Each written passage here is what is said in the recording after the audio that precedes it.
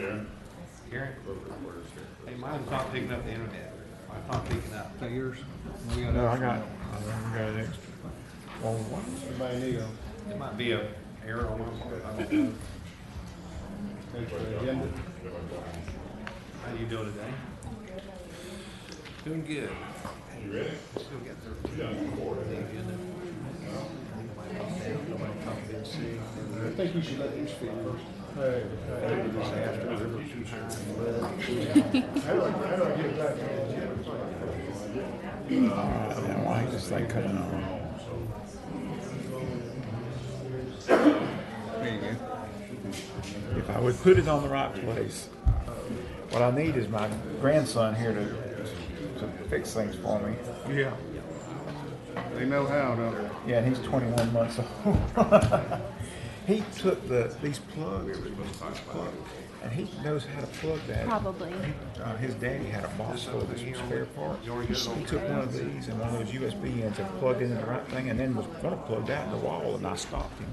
and I told Carol, I said, "Darn, you need to do something about this young man. He's going to electrocute himself." "Oh, he does that all the time, Daddy. He knows." Whatever. You don't want to sit up here in front of everybody all night? Well, we'll feel bad. Yeah, they may be throwing stuff. Who knows? There might be some tomatoes flying up there.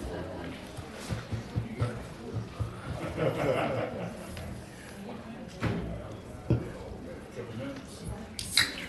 Yeah. One, according to this. I climbed up down the wall, it's a little slow. Tom, it ain't that bad. My first one was about Sandestin. My first meeting was about Sandestin. It was like an 8-hour meeting, wasn't it? Yeah, it was an 8 hour. I meeting. thought, what in the world have I got into here? I'll tell you what, they all used to be 8 hours when Franklin was in here. Oh, And don't get me wrong, I like it. I love David. But you never had to worry about there being any question that wasn't asked on any subject. It's just that I always give the planning department the benefit of the doubt on most of the stuff. If it's, yeah, I mean, unless it's just weird. yeah. Mac, you ready?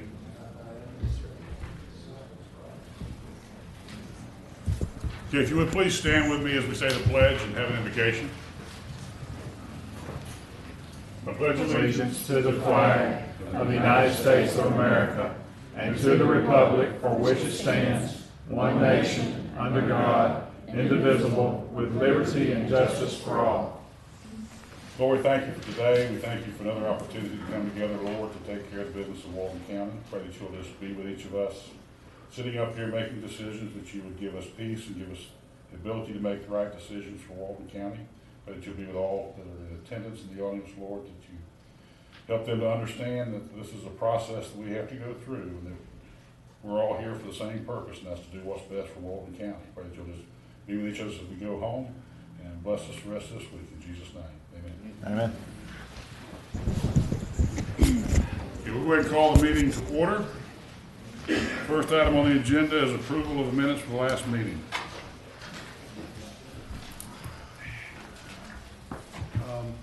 Motion to approve. Second. We have a motion and a second. Any discussion? All in favor say aye. Aye. Motion carries.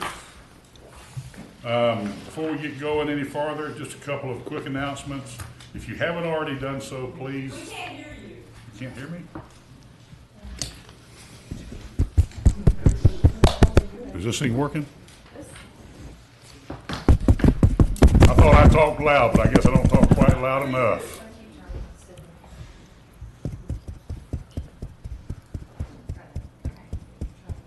Is that any better?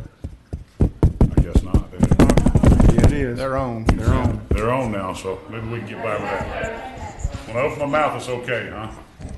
All right. Before we get started, if you haven't already done so, please either silence or turn off your cell phones. We can minimize interruptions as much as possible.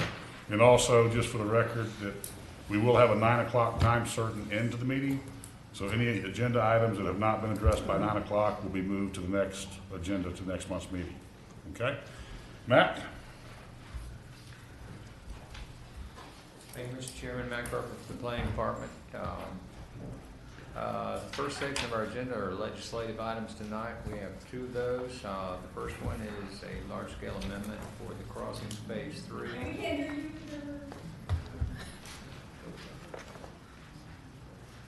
try this again. Is it on now?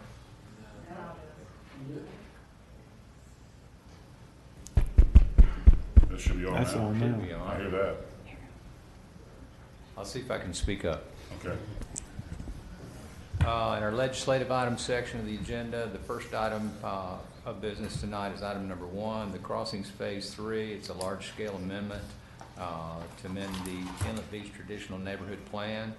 The process to amend that plan since 2008, when we adopted the neighborhood plan ordinance and moved the neighborhood planning process to the Land Development Code, becomes a large-scale amendment to the comprehensive plan, and that is the process that we're here to initiate tonight. Matt, before we get too far along, do we have any items that are going to be continued that we could go ahead and, Yes, sir. In way of announcements, item number 4, Piper's Place. We have a request to continue that item to July 13th, Planning Commission at 5 p.m. in this location. You need a motion? 4? We need a motion. Motion to continue. Second. We have a motion and a second. Any discussion? Is that Piper's Place, Yes, it is. July 13th? Yes. Thank you, sir. I did. Okay. Anybody else? Is anybody else here to speak on that item that wishes to speak before we continue it? Just from out of town? All right. Seeing none, all in favor say aye. Aye. Opposed? Motion carries. Thank you. And item number 8, the Indian Woman subdivision. We have a request to continue that item to the July 13th Planning Commission at 5 p.m. at this location. Okay. Need a motion. Motion to continue the 13th.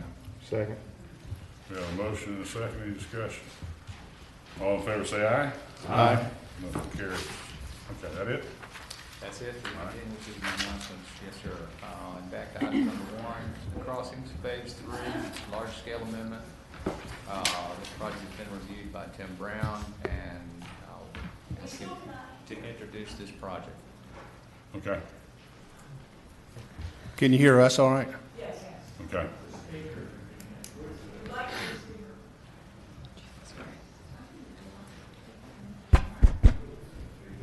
Good evening, Tim Brown with Planning and Development.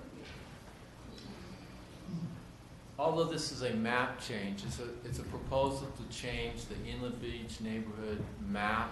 It's not actually a land use amendment. It's a text amendment to the comprehensive plan. It's still a large scale, like Mac mentioned, but I just want to, it's confusing, but it's not a map amendment, it's a text amendment, even though it's a map.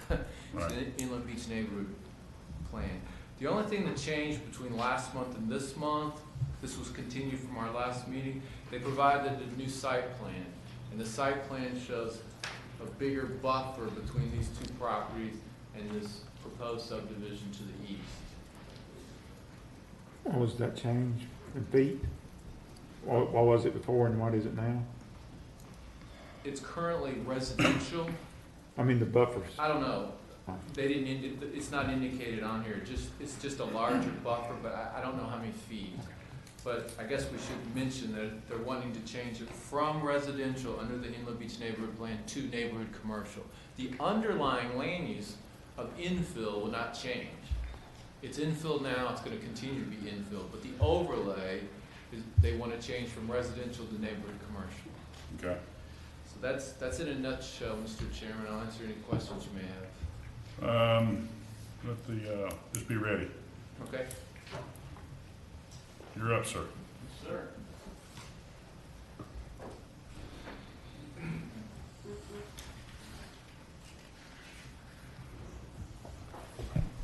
Good evening. Robert Carroll, McNeil Carroll Engineering, 17800 Panama City Beach Parkway. We're here representing the property owner. Actually, item number 2 is going to be the same type presentation, but Right. we'll go through one at a time. We were here before you last month, and there were a couple of residents here who had questions and concerns about what we were doing, so you requested that we go and have a community meeting. We held that community meeting. It was very well attended. There were probably in excess of 20 people there. I will say that the people that were there, they're against changing their plan, the neighborhood plan itself. majority of the comments that we heard, they're not against the project, but they worked hard on this plan. I understand that. So we're respectful of that. What I'm showing here before you is the current Inlet Beach plan, which has all the land use in it. The red is the commercial, which when it was adopted, it just highlights, it's along the corridor there, with the exception of the village mixed use, which is over by, it's the 30 Avenue development and the hotel project, which are on the west side of where 30A ties back in. The rest of it's neighborhood commercial. Over the years, a lot of those properties have been developed as residential pieces. So there's not a whole lot of commercial pieces left that are available. Going through there tonight, there are 2 for sale signs on that whole corridor. So there's not a whole lot left. So what we're proposing to do is right by where the existing developments are, and I'll show you some maps, that it's kind of commercial through that area, or has a commercial feel to it. Gentlemen, is there a way that this can be seen by the people in this audience? We would like to know what these guys want to do to our neighborhood as well. You know, is there a way to put it on the screen or no? Okay. They've got the site up there, plan up there. If you would please not interrupt. If you have a question or a comment, raise your hand to be acknowledged before you talk, okay? Because otherwise, we'll never get through this meeting. I'm sorry, sir, I just need to know about Packers Place, whether we're going to be talking about it. Everybody have a chance to speak. We continued that one. We continue Piper's Place. Go ahead. Okay, thank you. So the plan that's here is the same one that we brought to you, and we also presented at that community meeting. We're proposing a commercial building, which will tie into the existing roadway that was put in during crossings. If you have commercial against residential, you're required to have a 20-foot buffer. That's the minimum. What we're proposing is a minimum of 35 feet. The other one has got a larger buffer. That's item number 2. But a minimum of 35 feet to provide some protection there for that vacant piece that one day, when and if it ever gets developed. So we are proposing that buffer. But if you look on the roadway there, so we have 30 Avenue that's up here. We've got, this is Inlet Beach water system, and this is the donut hole. So we've got commercial from here all the way down through here. Our access would be along this roadway and Wall Street, so we're not getting into the neighborhood. We are interconnecting with the existing commercial. We're trying to get it to face here. We're putting the parking in the rear, trying to comply with the same corridor standards as everything else is on the corridor. So looking at the depth of the map, we're nowhere near as far into the commercial corridor as some of the others. One of the other things that came up during the meeting is we don't want our plan changed. I do respect that. We came before you several years ago, and we did this same exact process for 30 Avenue.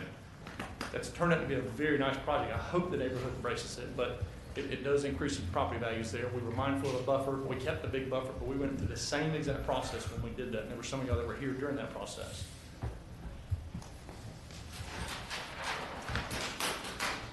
So this is kind of a blown up version. Again, this is the same maps that I presented at the community meeting, and afterwards I'm going to show it to all the community. So a large buffer here. We're trying to be mindful. It's low intensity commercial. There is a doctor that's interested in being in here if this happens to go through. But it is a low commercial, single story.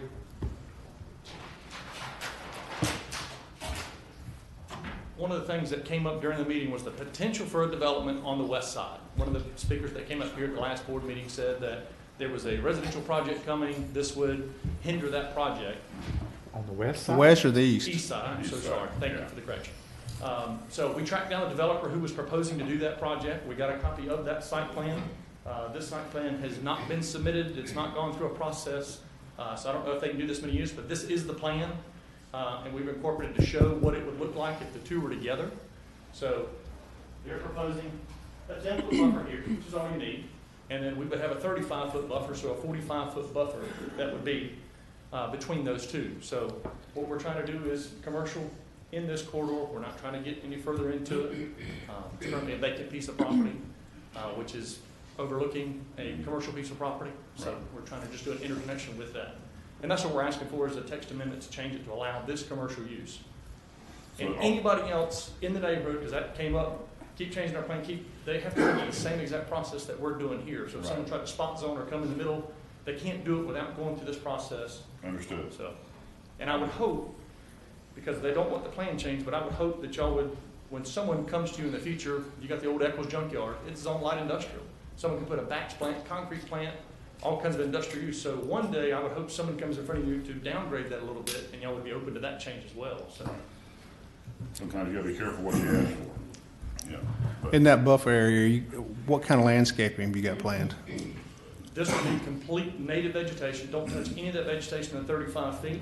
We'd also propose to put up a fence on our side of it, so the vegetation would stay towards the vacant piece over there, and a fence would provide that much more of a buffer on our side. So So- to track any noise, lighting, So the fence would be between the parking lot and the native vegetation? yes, sir. So the vegetation would be, it would almost like it would be part of that neighborhood, because we would not have anything within that area.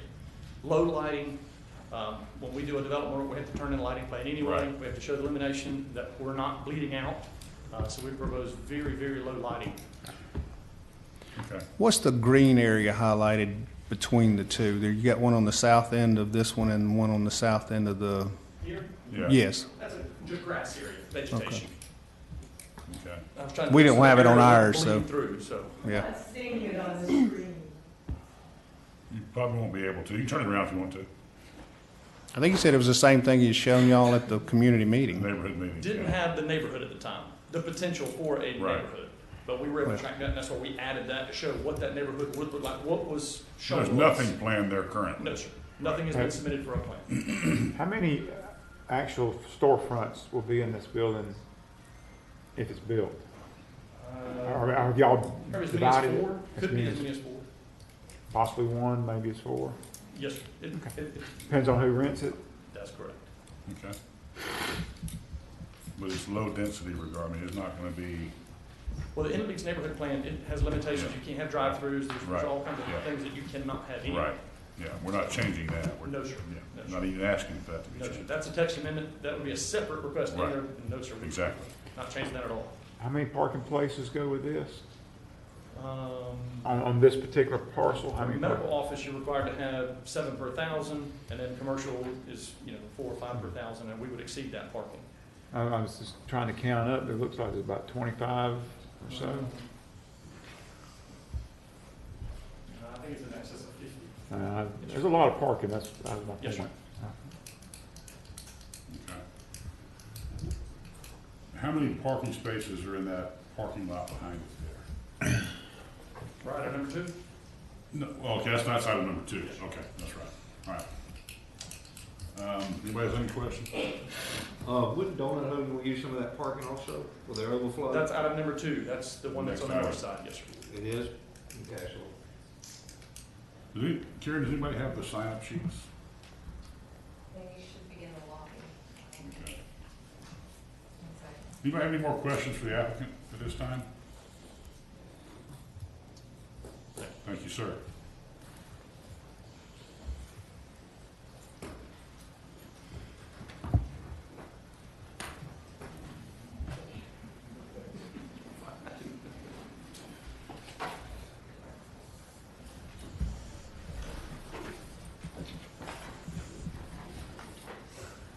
Okay, we're gonna open up for public comment, and I'm gonna go through the people who have signed up first. Rich Jaffe?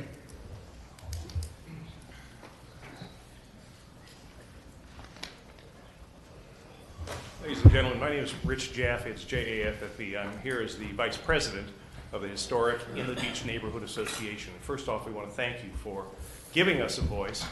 In my past career, one of our charges was to give voice to the voiceless, and that's exactly what you're doing here. And we greatly appreciate it.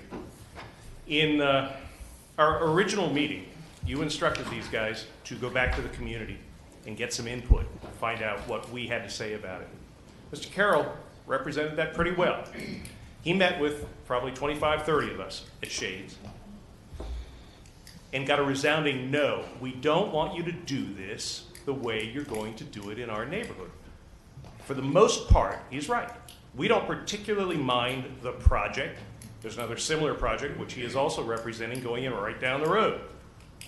What we object to is the tampering with our neighborhood plan to do it. He just told you, hey, the last time we did it, well, the last time they did it, our board had no idea it was being done.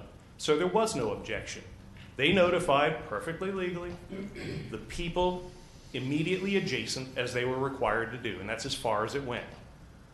Our board that put this neighborhood plan in place many years ago never knew.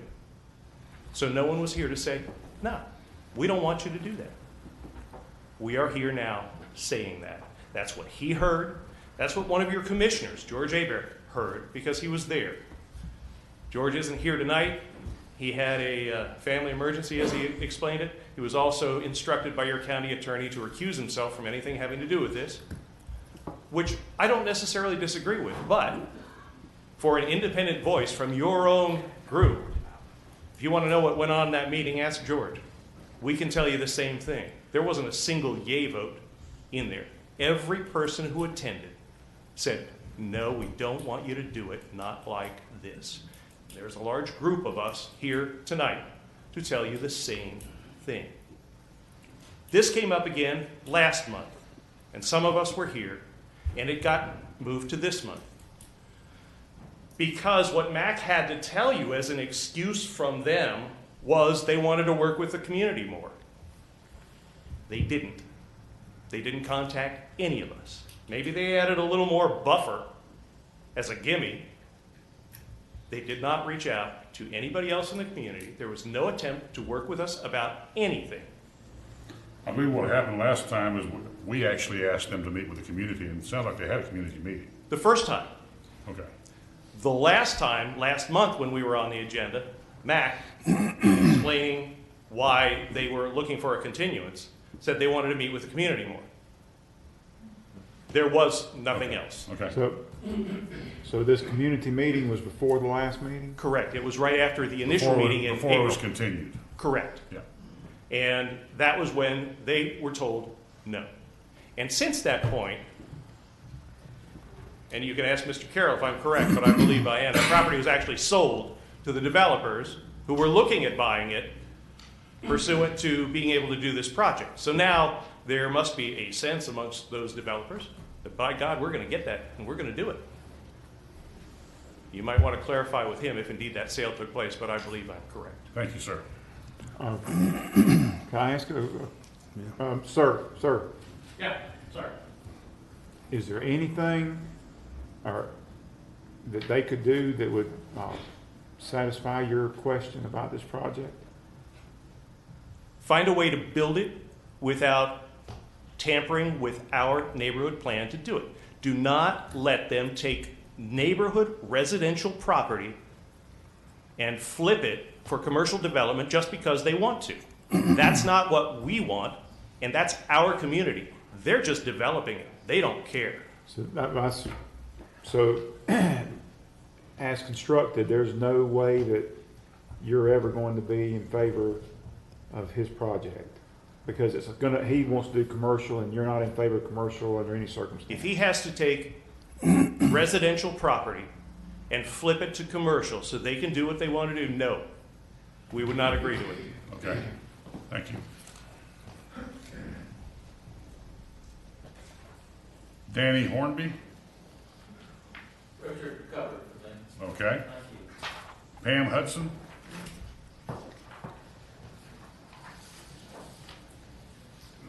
I'm Pam Hudson. I own one of the Shoreline Townhome units right into the neighborhood. And I would ask the board to consider precedent being a very dangerous thing. Once you start nipping away at things, each project makes it more permission, implied permission that it's okay to do that. Please protect the current zoning and the land use plan that is in place. Thank you. Okay. Well, where'd you say, ma'am? Yes. I'm sorry, but where'd you say your residence was? In Inlet Beach, go down. In relation to the proposed project? It is down the road and turn right on South Walton Lakeshore Drive. So it's on you're on the south side. On the of south Niner. side, yes, sir. Okay. Pat Jones?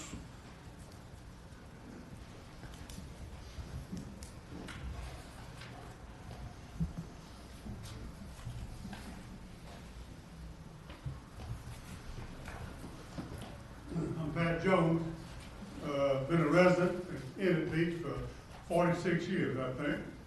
So I was there when the neighborhood plan was formed. I think the year was 95. And then the large-scale amendment, which reduced the density on the south side, was in 2000, I believe. But anyway, at that time, it cost us 2 years of hard work and about $20,000 to get that large-scale amendment approved. And we were required, as far as I know, by either your committee or the county commission, to survey 300 property owners in the entire area. And by registered mail, return receipt requested, the records should still be on file somewhere in the county department. But at any rate, what grieves me is there's been no effort by the developers to contact the neighborhood to enter a discussion or negotiation about what could and might be done, might be acceptable.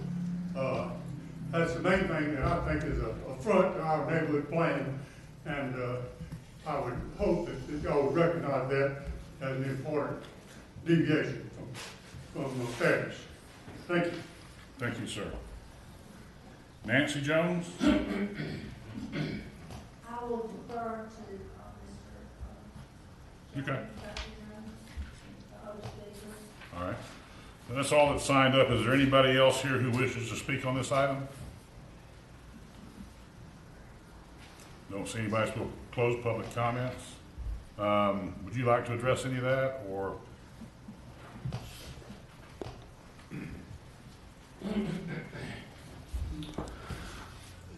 We didn't reach back out to the association because the association was there and they were represented, and it was very well heard that, you know, they just didn't want to change to their plan. Again, if it was on commercial, they'd have no objection to it, is what we heard. There were some, you know, where we put the fence, that came up, where we would place the lighting, so that's why we agreed to, you know, to create a buffer, because the only ones that would be affected is that piece to the side there. So we heard that loud and clear, low lighting, you know, if this could happen. But as far as they change to the plan itself is what we kept hearing, and so we're not open to that idea. Okay. Sir. Yeah, I have a couple questions. The same question I asked him is there any way that you could see changing your project to make it without, I mean, you're dead set on commercial? I mean, it's 4 units per acre, so it doesn't allow for a whole lot of units there, and they'd be overlooking the commercial project that's there to the south. It's just hard to develop it as residential. So. Could you address, there was a comment made about some sale, or would you mind, are you at liberty to discuss that? There's 2 properties there, sure. I mean, it's public record. They've both been sold, absolutely. Recently? Well, before we made an application, they were already under contract and they went ahead and closed. I don't know if it's in anticipation of getting anything, but I mean, it was a real estate transaction and they both have closed. Item 1 and item 2. But there wasn't anything out of the way about it. That was just normal course of business. They put it under contract. It was short contracts. They purchased it. So if this doesn't happen, they'll figure out something else to do with the property. But obviously, ideally, they want to pursue it as commercial property. All right. Anything else for the applicant? All right. Thank you, sir. Thank you. Now, just to clarify, or just the underlying use for the property is commercial. Is that correct? It's infill on the future land use map. Okay. All right. And the overlay? At the Inland Beach Traditional Neighborhood Plan is residential. Okay. And this is a text amendment to the Inlet Neighborhood Plan. Right. Requesting to change it to? In the Inland Beach Plan, I believe this is, has a maximum of 8 units per acre. Okay. Did you say 8? Because he said 4. I think that's a maximum of 8 units per acre. The 4 units per acre is on the south side of 98. The amendment they talked about, the downtown, was south of 98. So it's 8 on this parcel. It's 8 per. This parcel, it's 8 units per acre. It's a little bit confusing because the same color is used on the map.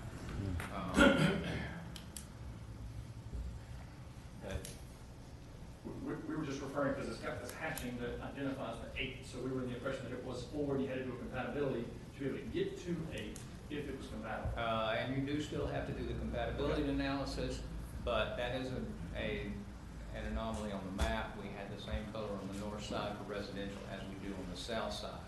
We have the additional hatching that shows those parcels on the south side that were able to opt out of the downzoning from 8 units to 4 units. That's what the hatching shown in the residential section is.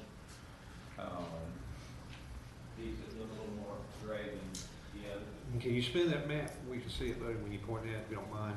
Yeah, absolutely. Thank you.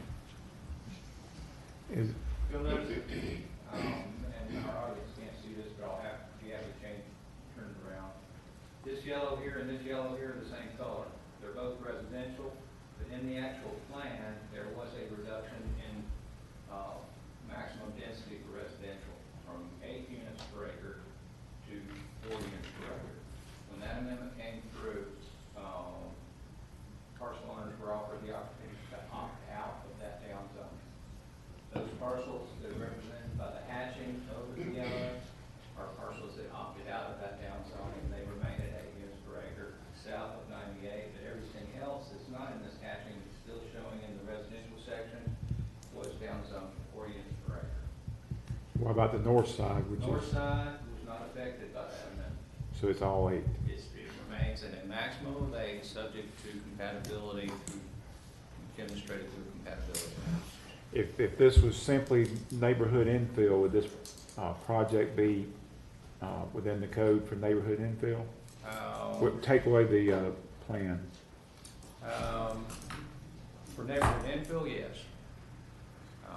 Because they're adjacent to other commercial sites that are already existing. It's the inconsistency between the Beach neighborhood plan and the county's future land use map. This is an attempt to resolve that so that projects will move forward. By the land use map, it would be allowed. Yes. Okay. And when was this neighborhood plan adopted? Late 90s, it was amended, I believe, in 2001 for the downtown. But this plan has been amended several times in recent years. It was amended for the 30th Avenue project. It was amended for a townhome development that's adjacent to Rosemary Beach, which is on the south side. The other changes have been on the north side.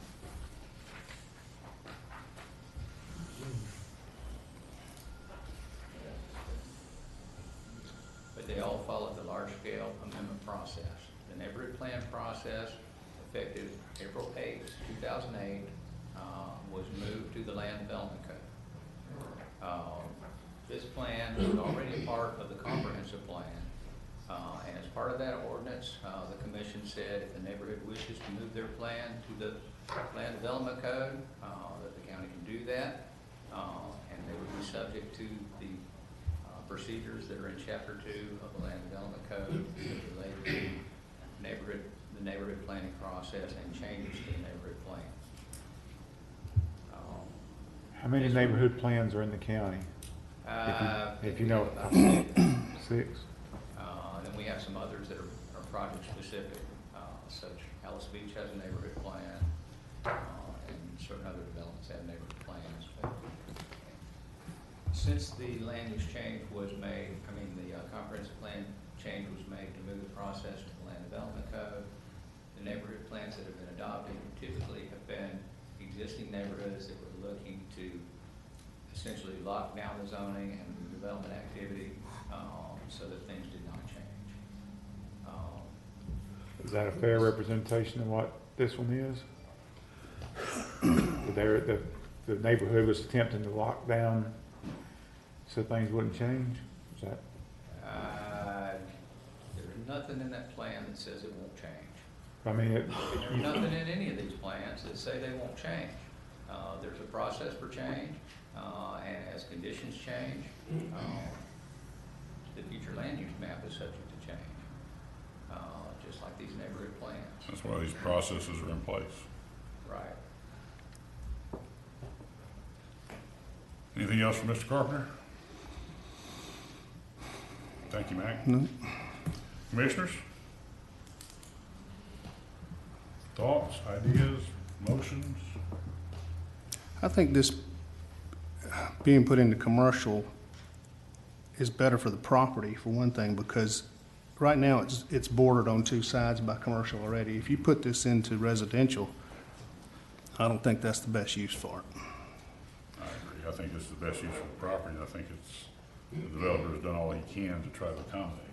There's only so much you can do. If you want no change, I think those buffers along that road that they're gonna have going into that other subdivision over there is gonna help them. I understand that they don't wanna change their plan, but, you know, over time, things change. And being that close to 98 and right up next to all that other commercial stuff, I don't think it's a good spot for residential. anybody else have any thoughts? I agree with that comment. I think that, you know, the purpose of this land is better for commercial, for access and everything like that. Residential being right on top of commercial property like that, I just don't think that would work very well at all. I tend to agree. I don't think there's a really good way to do ingress or egress for a piece of residential property right there without having to split the difference and go right through the commercial. I think it's gonna be what it is. Anybody want to make a motion? I'll make a motion to approve with any conditions that they have on there. I'll second that motion. We have a motion and a second. Any other discussion? All in favor? I think that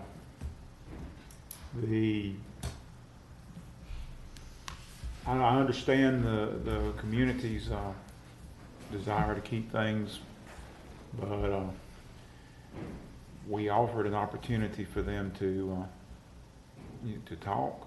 We postponed it 2 months to give them that opportunity, and it's clear that there's not going to be any meeting of the minds between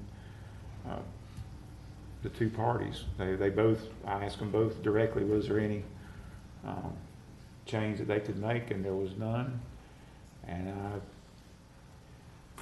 I can't see how this could be residential under the current. I mean, it's just it is what it is. All right. Anybody else before we call the question? All in favor say aye. Aye. Opposed? Motion carries. Next item.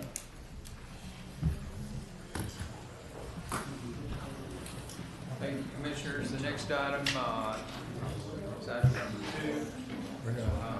This is also a proposed amendment to the Beach Additional Neighborhood Plan. This is a large-scale amendment. Tim Brown also reviewed this, and this is the parking lot proposed immediately north of the subject. The issues are the same, the use is different. That first, number 1 was going to be an addition to the Crossings Shopping Center, be phase 3. This is a proposal for overflow parking for the donut hole.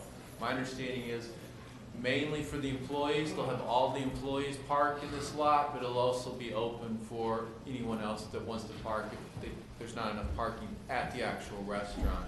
But other than that, all the issues are the same. They're still wanting to change the Inland Beach plan from residential to commercial, neighborhood commercial. Right.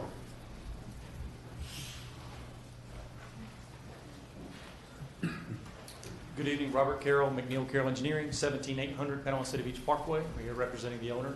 I could start all over and do this whole process again, but we are proposing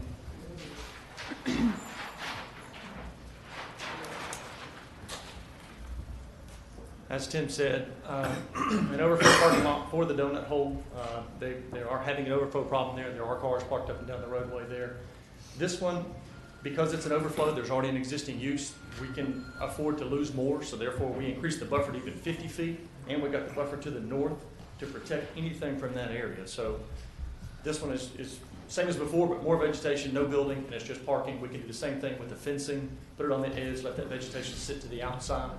So same exact request. I can't envision a less intrusive use for that piece of property. Yes, sir. There's some townhomes there now. I was going to say, is this where the old yes, sir. dilapidated apartments are? Yes, sir. And there's parking already there now in front of those units. But those would obviously come down, put this here, enhance the landscaping, clean this area up. It needs it bad. And parking is probably one of the biggest issues in South Walton County. And yes, sir. Adding overflow parking, I think, is a good idea. Did you say the fence was on this piece too, or you could add it? We'll be glad to put a fence that's on that side of the buffer. If we'll offer that, no problem at all. And that's on the north side of the buffer? We can put it here and here, which allows this buffer to be part, basically, of those. The buffer would hide the fence. We're not dedicating those pieces away, but by putting that fence up and leaving that native vegetation, it basically allows them to absorb that buffer. And any headlights that would be coming would hit a fence, it wouldn't be coming through the light, plus there's that pretty deep buffer. I think that would be a good idea. Yeah, I think it would also. What about you talking about for the employees and also the guests for the restaurant? Are y'all gonna have any type of walkway or something get across that main highway for the guests? I mean, what are y'all doing concerned about that? The donut hole's right here. Well, I understand that. The parking lot to the right, that's gonna be used for the donut hole also, correct? Well, this is for the donut hole, access across Wall Street. What are y'all doing for the access, for people won't get ran over by people who lives in the neighborhood trying to get to their house? When people cross the road, y'all won't put anything up there for that? Any We're planning marking? a crosswalk, but if we want to put a pedestrian crosswalk, we can do that. I think that'd If be, it's employee parking, most of them, they're gonna come in the morning, stay there for the day, and then at night. I've been there during the day, and that place, they'd be parking on the side of the road on 98, so it's not just gonna be for employee parking. Absolutely. Okay. I think that it would be nice to have some type of walkway indicated for people coming back. Maybe a crosswalk. Crosswalk. Crosswalk. Yeah. Sure. He's open to that, so. Any other questions for the applicant? Thank you, sir. Thank you, sir. We'll open up public comment. No one signed up to speak. Is there anybody who wishes to speak on this item? Seeing none, we'll close public comments. Commissioners? I make a motion we approve with two conditions. One, that they put the fence on the inside, and two, that they put the crosswalk between the donut hole and the property. Okay. I second We have a motion and a second. Mr. Carpenter? Mr. Chairman, if we could we style those as recommendations for the development order stage? Because with large-scale amendments, we can't place conditions Sure. on those. Small-scale amendments, we can, but with large scales, we can't, but we can So certainly it'll be a consider that as recommendation. a recommendation. I at the amend that to a development recommendation. order stage. And I still second the recommendation. Okay. We can do that. Motion's reflected that. Any commissioners, anything else? All in favor say aye. Aye. Opposed? Motion carries. The next items are all quasi-judicial. So Yes. once we get settled down in here, we can throw everybody in. Yes, sir. Anyone who anticipates testifying on any quasi-judicial item, if you would stand and raise your right hand. Okay. Do you solemnly swear or affirm that the testimony you provide to this board will be the truth? Okay. If you would, whenever you come forward to speak, if you would state and spell your last name and also state that you've been sworn in.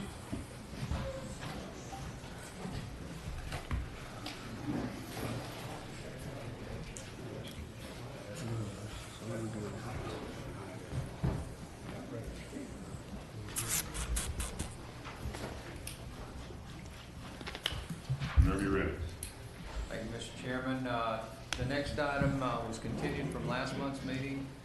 This is the Fox Lake Residential Subdivision. This is a major development order application. Rita Bagnati is our planner on this project, and she can further describe it. Good evening, Rita Bagnati from the Planning Department, BANHUNYADI. Rita, you may have to speak up. They can't hear you in the back.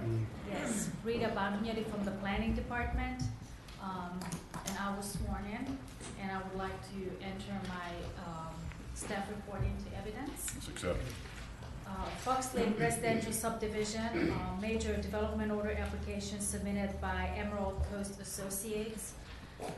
This is a 79 single-family lot subdivision on a 29.5 acres lot with the future land use of low-density residential. This parcel is located north of Gulf Place,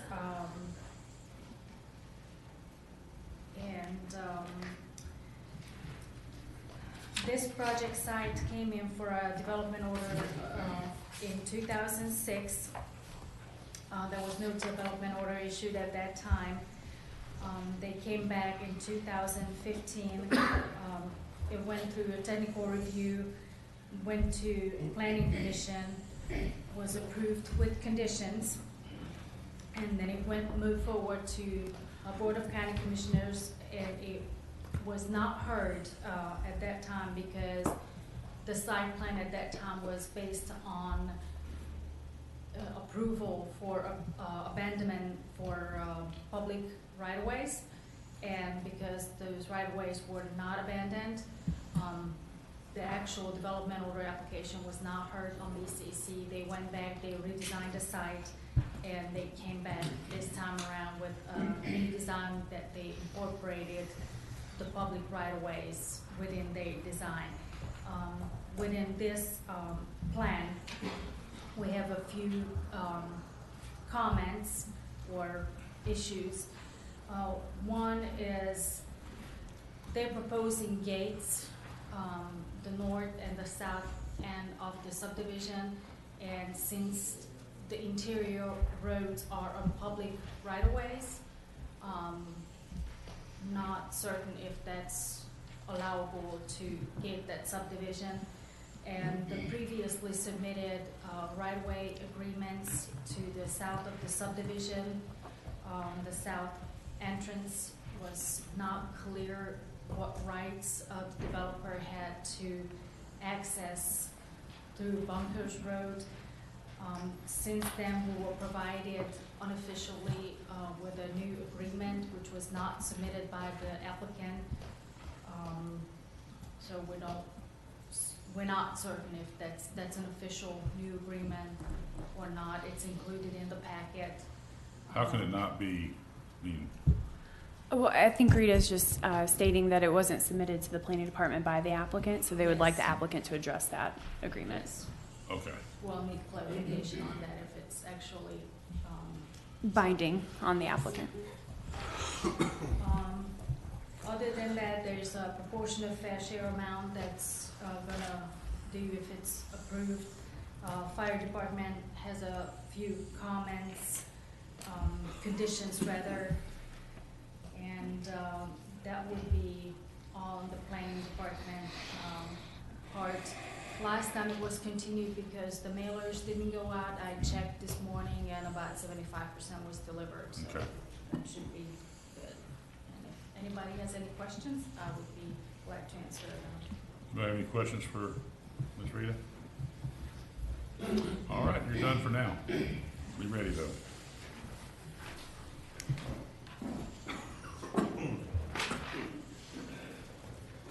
Evening, sir. My name is William Dunaway. I represent the property owner and project proponent in this case, 1414 County Highway 283 with the law firm of Clark Partington. I would like to make sure, Ms. Rita indicated that the staff report would be admitted into evidence as Exhibit 1, and attached to that would be the site plan. I want to make sure the site plan is also a part of that. Is that right? Yes. So everyone has a copy of the site plan. So I'd like that to be admitted into evidence as number 2. Yes, Number 3, I'd like to have admitted a declaration of covenants, easements, and restrictions, which are recorded in the county public records at OR. It's a record, and it was recorded on May the 11th of 2017. I have copies of these for the clerk, I have copies for each of the members. Again, that reference is OR Book 3041, page 271. This is the Declaration of Covenants, Easements, and Restrictions to which Ms. Rita had referenced. Again, you'll note the date. It was recorded on the date of the last month's hearing. The document was provided to the county planning staff, I believe, in an email by Ms. Mary Nilsson, and we appreciated her getting that from the public record and providing it. But that is the easement. You'll note on the signature page, this is an agreement between the property owner and the owner of the property over which Bunker Place exists. This is a fully executed legal document providing access to this project from the south through Bunker Place. And I'd like that admitted into evidence as exhibit number 3. And finally, as exhibit number 4, I'd like to present, this is a report that addresses, I have copies for the clerk, that addresses the issue of traffic signal on previous issues. That the question had come up with that. This planning board, of course, as Mr. Boris will go through, has already heard and approved this project at a much greater intensity, but we wanted to make sure that that was of record so that you had it. I have here with me today Mr. Todd Siegel, who is the project property owner's rep. I also have Mr. Rick Borst, who you'll hear from next, and then our project engineer, Mr. Dean Burgess. I'd like to reserve just a bit of time for rebuttal, if that pleases you. Yes, sir. Thank you, sir.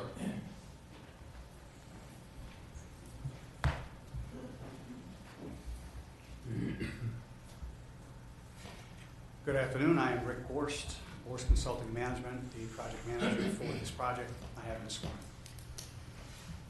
Good evening. It has been literally 1 year since we were before this planning commission last. So a lot has happened, of course, over that time frame. I'd like to take a few minutes just to give a brief summary of where we were at that time, certainly where we are today. Fox Lake consists of 29.58 acres. It was originally zoned as neighborhood infill and traditional neighborhood development. At that time, according to its land use, we were allowed 283 dwelling units. On May 15th of 2015, the PUD was submitted to the county, and that had a density of 158 units, which had 86 single-family lots and 72 duplex townhomes. With that land use, though, we had both a commercial and a civic development requirement, which we felt was not consistent with where we wanted this residential subdivision to go. It would disturb the surrounding communities, so we made a decision at that time to not move forward with that PUD submittal. And back several months thereafter, December of 2015, a new plan was submitted which met the low density residential requirements, which was only 4 density units per acre, allowing 117 units. The plan that was proposed was actually only 110 units at that time. We had 76 single family lots, along with 34 duplexes. So we went from 158 initial to 110, which you saw at the Planning Commission last year in May of 2016. At that time, we were before this commission for 3 separate requirements. The first was a land use change to low density residential. The second was an easement abandonment over government lots 8 and 9. This is a private community, so we asked for an easement abandonment of those. And thirdly was for the review of the approval of the project that was 110 units. All 3 of those requests were approved by this planning commission at that time. The month following, we were before the BCC. We're now in June of 2016. And we went before the board with those same 3 items: the land use change for low density residential, the easement abandonment over the government lots 8 and 9, and the 110 unit project. The BCC did approve the change to the low density residential, which is what this parcel is zoned today. The land use is low density residential. The easement abandonment, however, was denied. Because of that denial, we did not bring the project approval forward. It was never heard, and the project was continued. That was in June of 2016. The development team went back, and it was a complete reorganization of the plan. And in December of 2016, we had a resubmittal. Again, we were allowed 117 units. The plan that's before you today is 79 single-family lots. So we went from the initial 283 to a plan that was submitted of 158 to a third plan, which was 110, to where we are today at 79 single-family homes. We also removed all of the duplex townhomes. It is strictly now 79 single-family homes with larger lots. As you see on the map, not only was the density reduced, but we made several improvements to the plan. We have still the gated entrances both at the north and at the south. What we've also done is that internally, we have now brought in wet retention ponds. The wet retention ponds, of course, meet all the stormwater requirements, but importantly what it has done is that many of the single-family lots now have either lake views or lake, or above the lakes as far as access. That way there certainly increases the value of those lots. Additionally, we still have our community amenity, which is the community pool, as well as restaurants and the park area. But as you know, that is, as it was last time, centrally located within the community. Not towards the perimeter, but centrally located.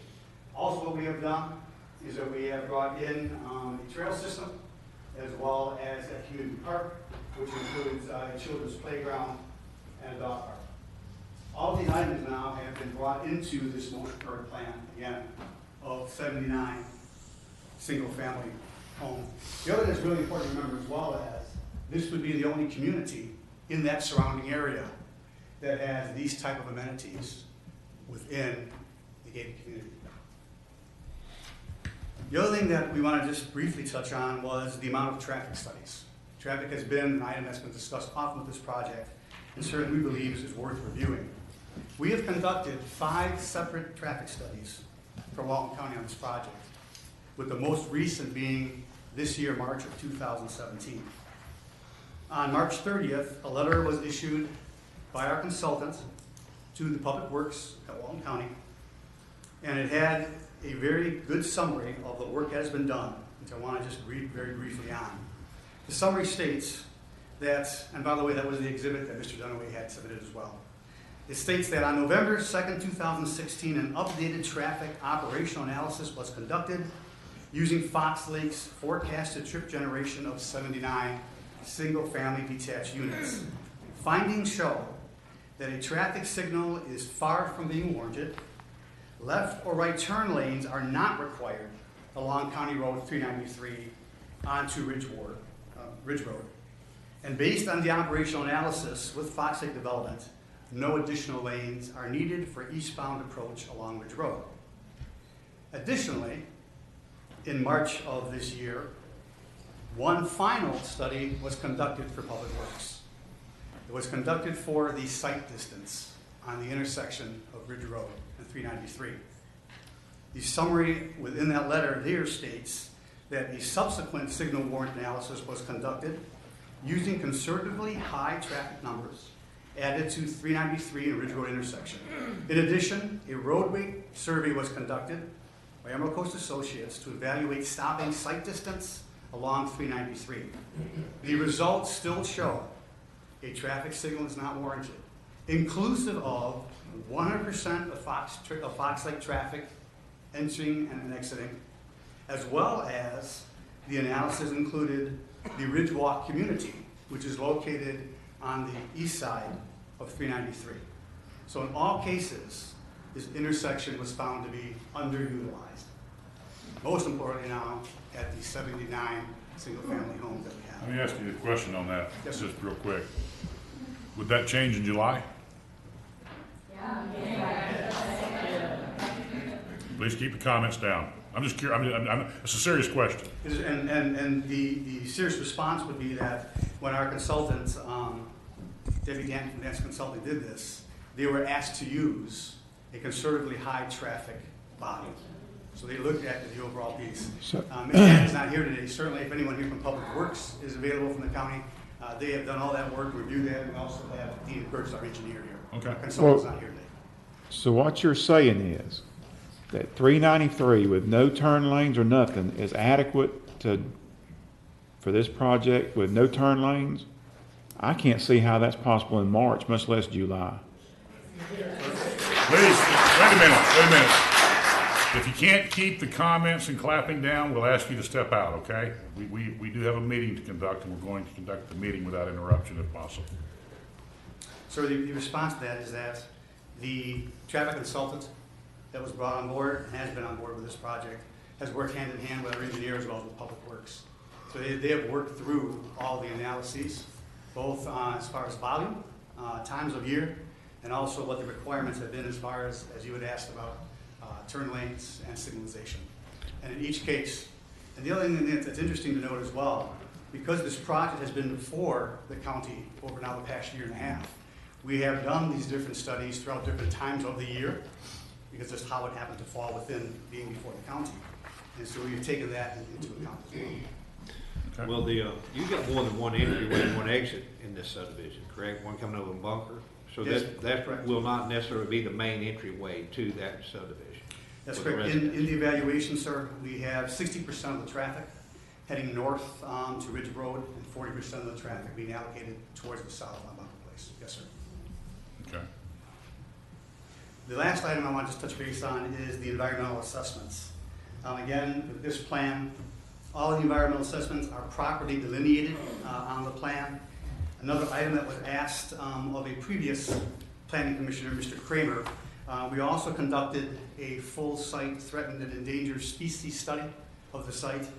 And that conclusion from the environmental consultants also concluded that the findings demonstrate that the site does not support state or federally listed species or critical habitat Okay. on the site. So that's been resolved as well.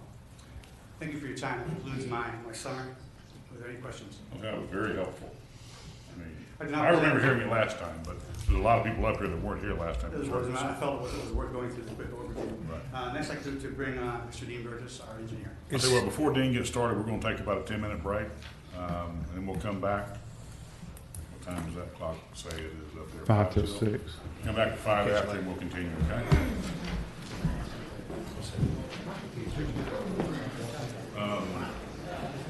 Not even be a traffic. Go back. I tell you what, it's amazing.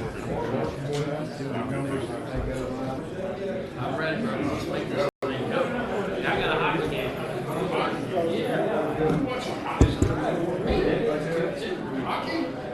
Yeah, bro.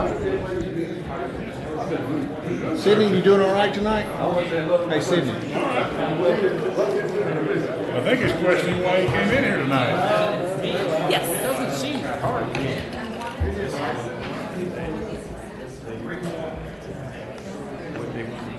I think we're just doing them sequentially. Did I do that right? You did, that was good. We'll go ahead and call the meeting back to order. If I can get this wire off my feet, we'll be okay. And the applicant.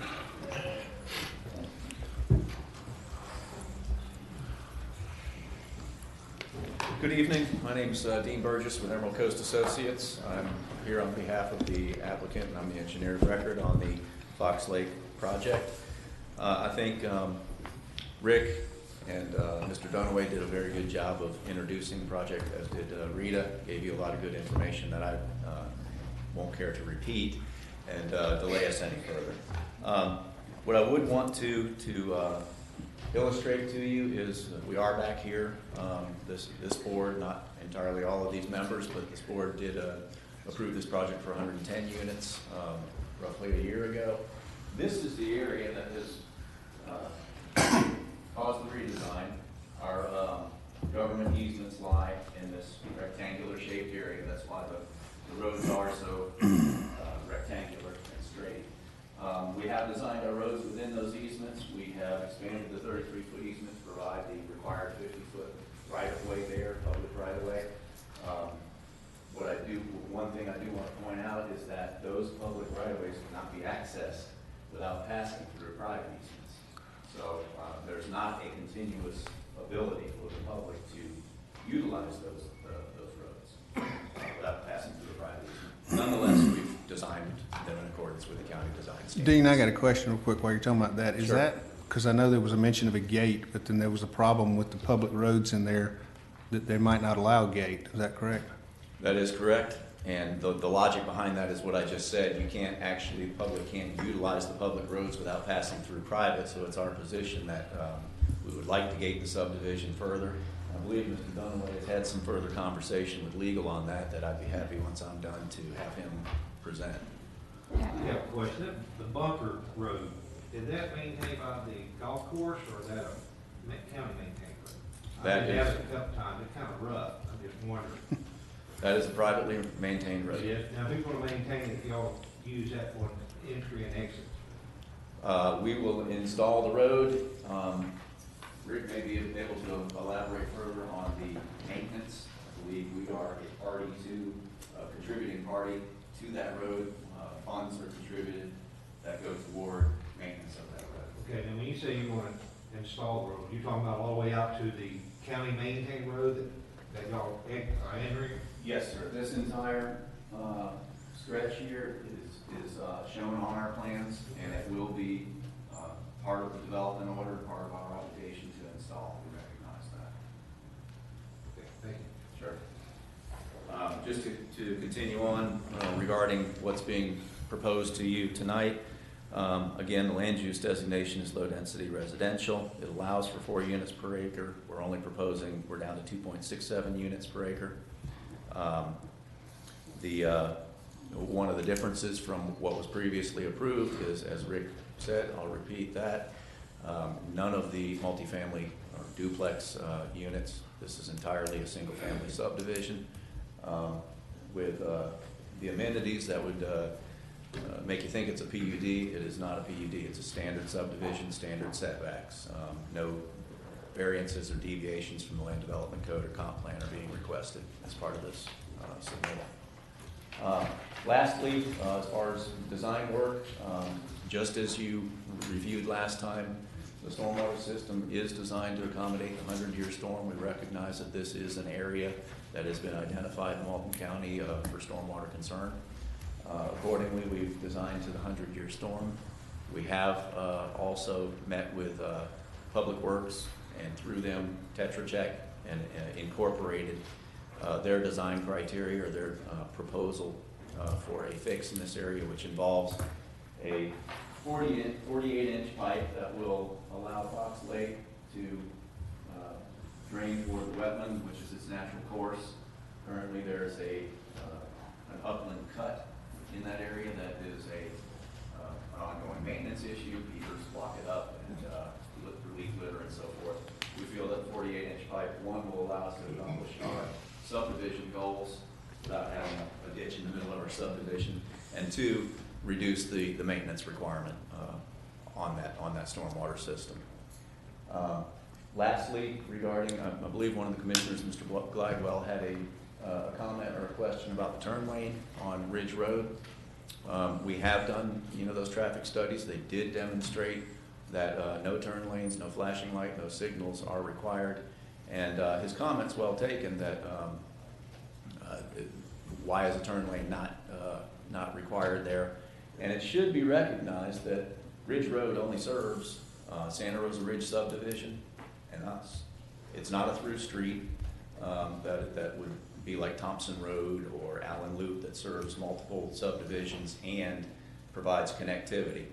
It dead ends, as you can see, at this cul-de-sac. This road loops around, and that's all it serves. If there's any questions to the board, I'd be happy to respond. I got one more, and I should have asked you earlier, but on this Bunker Road, it's a private road right now, so the people who are using it now, have you got agreements with them already to allow y'all to do everything you just described earlier? We do. That is one of the agreements that was referenced. I don't know that it's clearly referenced. It was recorded on May 11th, where there is an agreement with the golf course that controls the easement to allow Lot 8 and 9 already have an agreement, but for clarity, the remainder of the Fox Lake subdivision now has clarified access through Bunker Place. Comes out over on Allenwood. Yes, sir. All the way down on the correct. Thank you. Thank you. On the southern boundary down here, how close does this come to the golf course? The southern boundary here of our property abuts, there's a retention pond or lake here, and it abuts the golf course. So basically, our property line abuts the golf course. So the lots would be, what's the setback there? Well, there is a wetland buffer that varies. That's why you need this green line you see is kind of squiggly. There's actually wetlands that are associated with the pond that's on the golf course. So that 25-foot setback from that comes into our property. And those rear setbacks are anywhere from, I would say, 15 to 25 feet based on those wetlands. And actually there are a small amount of wetlands on our property. So in certain instances, it's 25 feet plus the distance of the wetland, 30, 35 feet perhaps. Okay. Any other questions for Mr. Burgess? Thank you, sir. Thank you, Commissioner. You got anybody else from your team wants to talk right now? I don't have any unless we want to clarify the. We're just for rebuttal. Okay. Chairman, Okay. thank you. All right, well, we will open up the public comment portion of the hearing. And I'm gonna go through this list of people who signed up to speak, and we'll get to others who wish to speak after that. Ms. Mary Nielsen.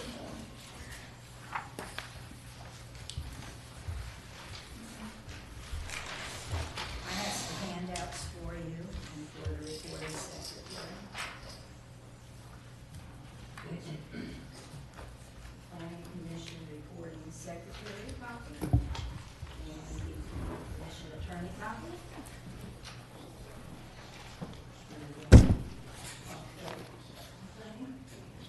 And these are the same map. These are for the 6 commissioners.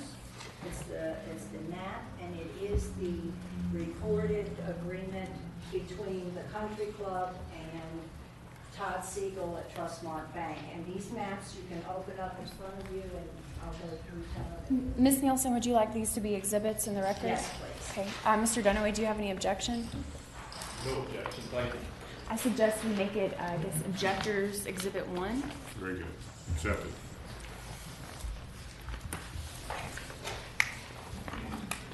I'm sorry. Yes.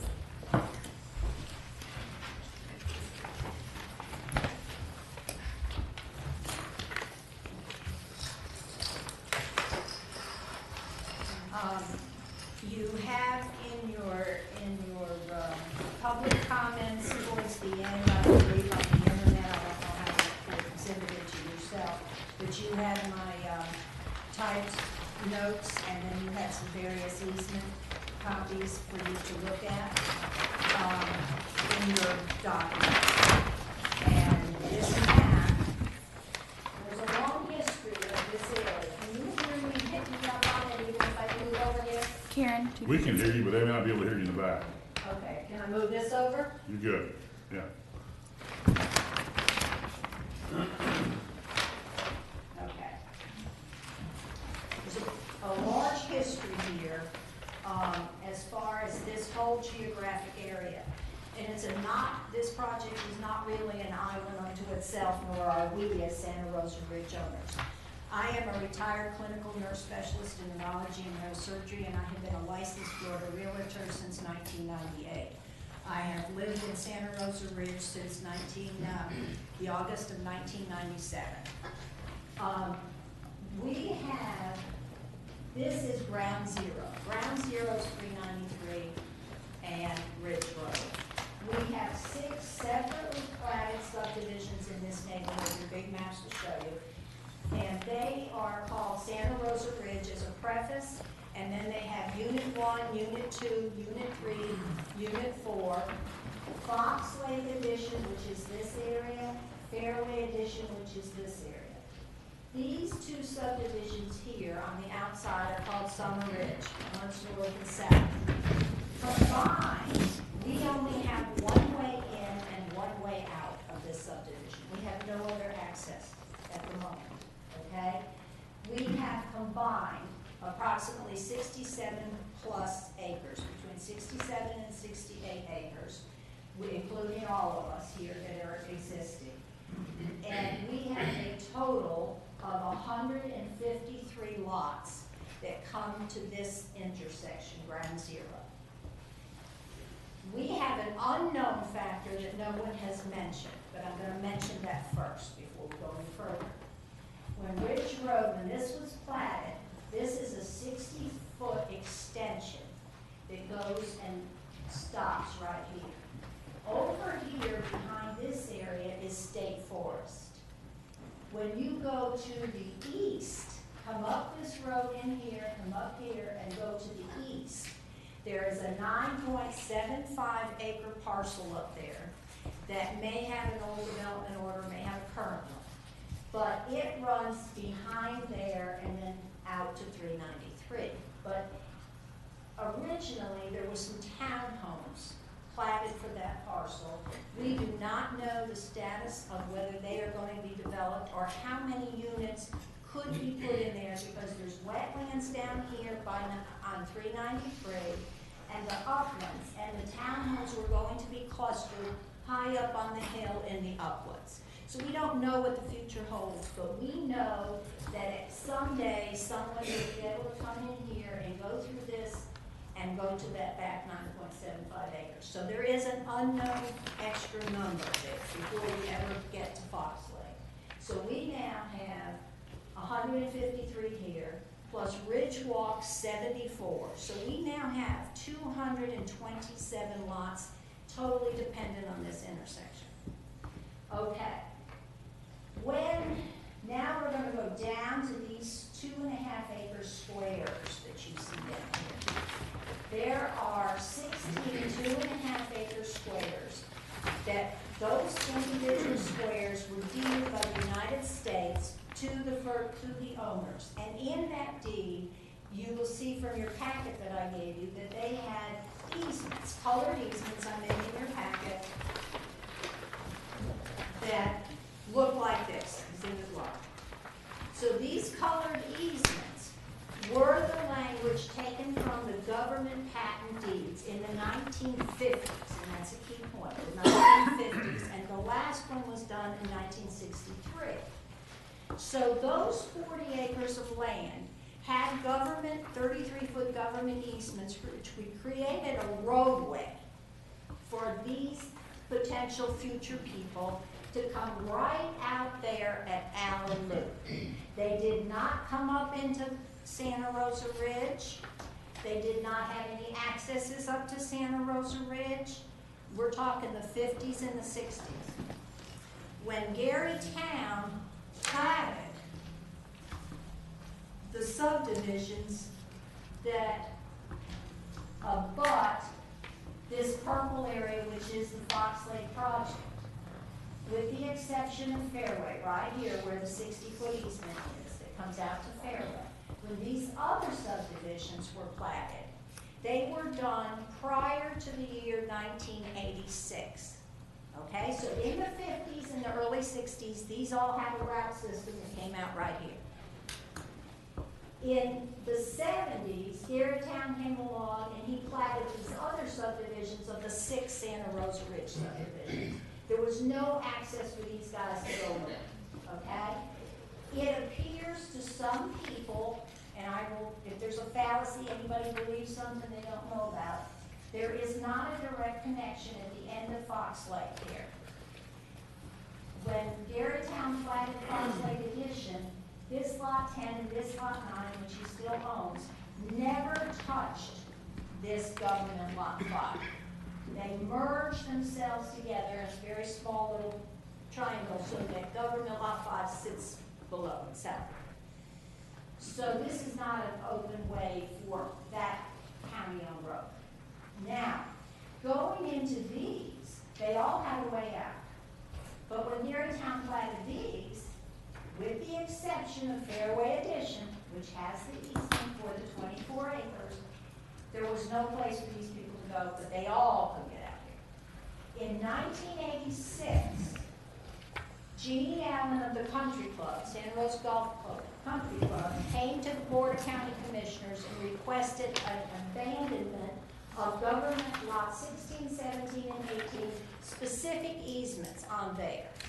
And by taking this line on 16, this line on 17, and the southern lines on 17 and 18, and this line here, these people's route were stopped from coming out here, with the exception of the replacement Bumper Place Drive 33-foot road that was created. So, and the reason I say that is, there are existing documents that I have in your exhibit that prove that the country clubs, the ensuing country club leadership, wrote documents for these people, these people, these people, these people, and all those documents were agreements for them to come out here to the original spot they were all intended to come out here, at Allen Loop Drive. And in those recorded documents over the years, there was no restriction of construction traffic. Subsequently, these developed. Over the years, they developed. These two government lots, 19 and 20, became Hideaway Cove, a platted subdivision, and there's now homes in there, and they had to clear their lots and build their homes using Bunker Place Drive and Replacement Road, as did these dots here for the homes in government lot 15 and part of 18, and 1 and 18. And these are undeveloped lots. So they have legal documents, agreements between each other saying, this is the agreement, you'll owe some money to fix the road, repair the road, do whatever, which is all fair, but no construction was restricted. So these are still undeveloped. So we have a total of 40 acres minus 15, so we have 25 acres left to develop, which includes government 8 and 9. And government 8 and 9 were owned by Gary Town along with this 24 acres. Gary Town also owned a 33-foot red strip on your map on the outside of 16 and 17 that traversed the existing country club. On the day he sold his 29 acres, on May 26, 2005, for $27 million, he also deeded this red strip of 33 feet to the country club so that their country club would not be interrupted by another road servicing the 24 acres. Okay? So that tail of land that would have served the 24 acres out to Allen Loop Drive was removed. So today, we still have these government lots to be developed. So we're not all alone in here together. These people, these two lots are now being treated differently than the agreements for 11, 12, 13, and 14, for these people, and these people. Those agreements now are different. These people, the government, the Fox Lake proposed 8 and 9, on which sit 29 homes of the 79. And the 50 of the 79 are sitting in the 24-acre parcel. So, has this been reviewed as to what happens when these people have an expectation in their United States patent deeds of access to here? They were supposedly given the right to come through here as the replacement, as are these people who were the same government lots in the old days. But now, these folks here in Fox Lake are being told no, no construction traffic, no commercial traffic, only to be used after they fix it all up and after these homes are built, if I'm reading the new May 10th document correctly, which I just gave you. Okay? So, are all of these lots then going to be shoved by the country club agreement up through Fox Lake for their construction traffic?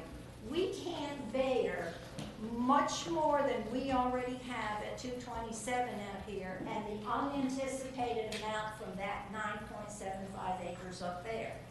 If we take 50 homes from the 24-acre parcel, because they do have legal access through Fairway Addition. They came in 1998, long after all this other. But why aren't these lots being treated identical to all the other government lots, just like these, for their access to Allen Loop? Full-fledged access, day, night, 365, construction, clearing, everything. It's not right. There's something fishy in Denmark.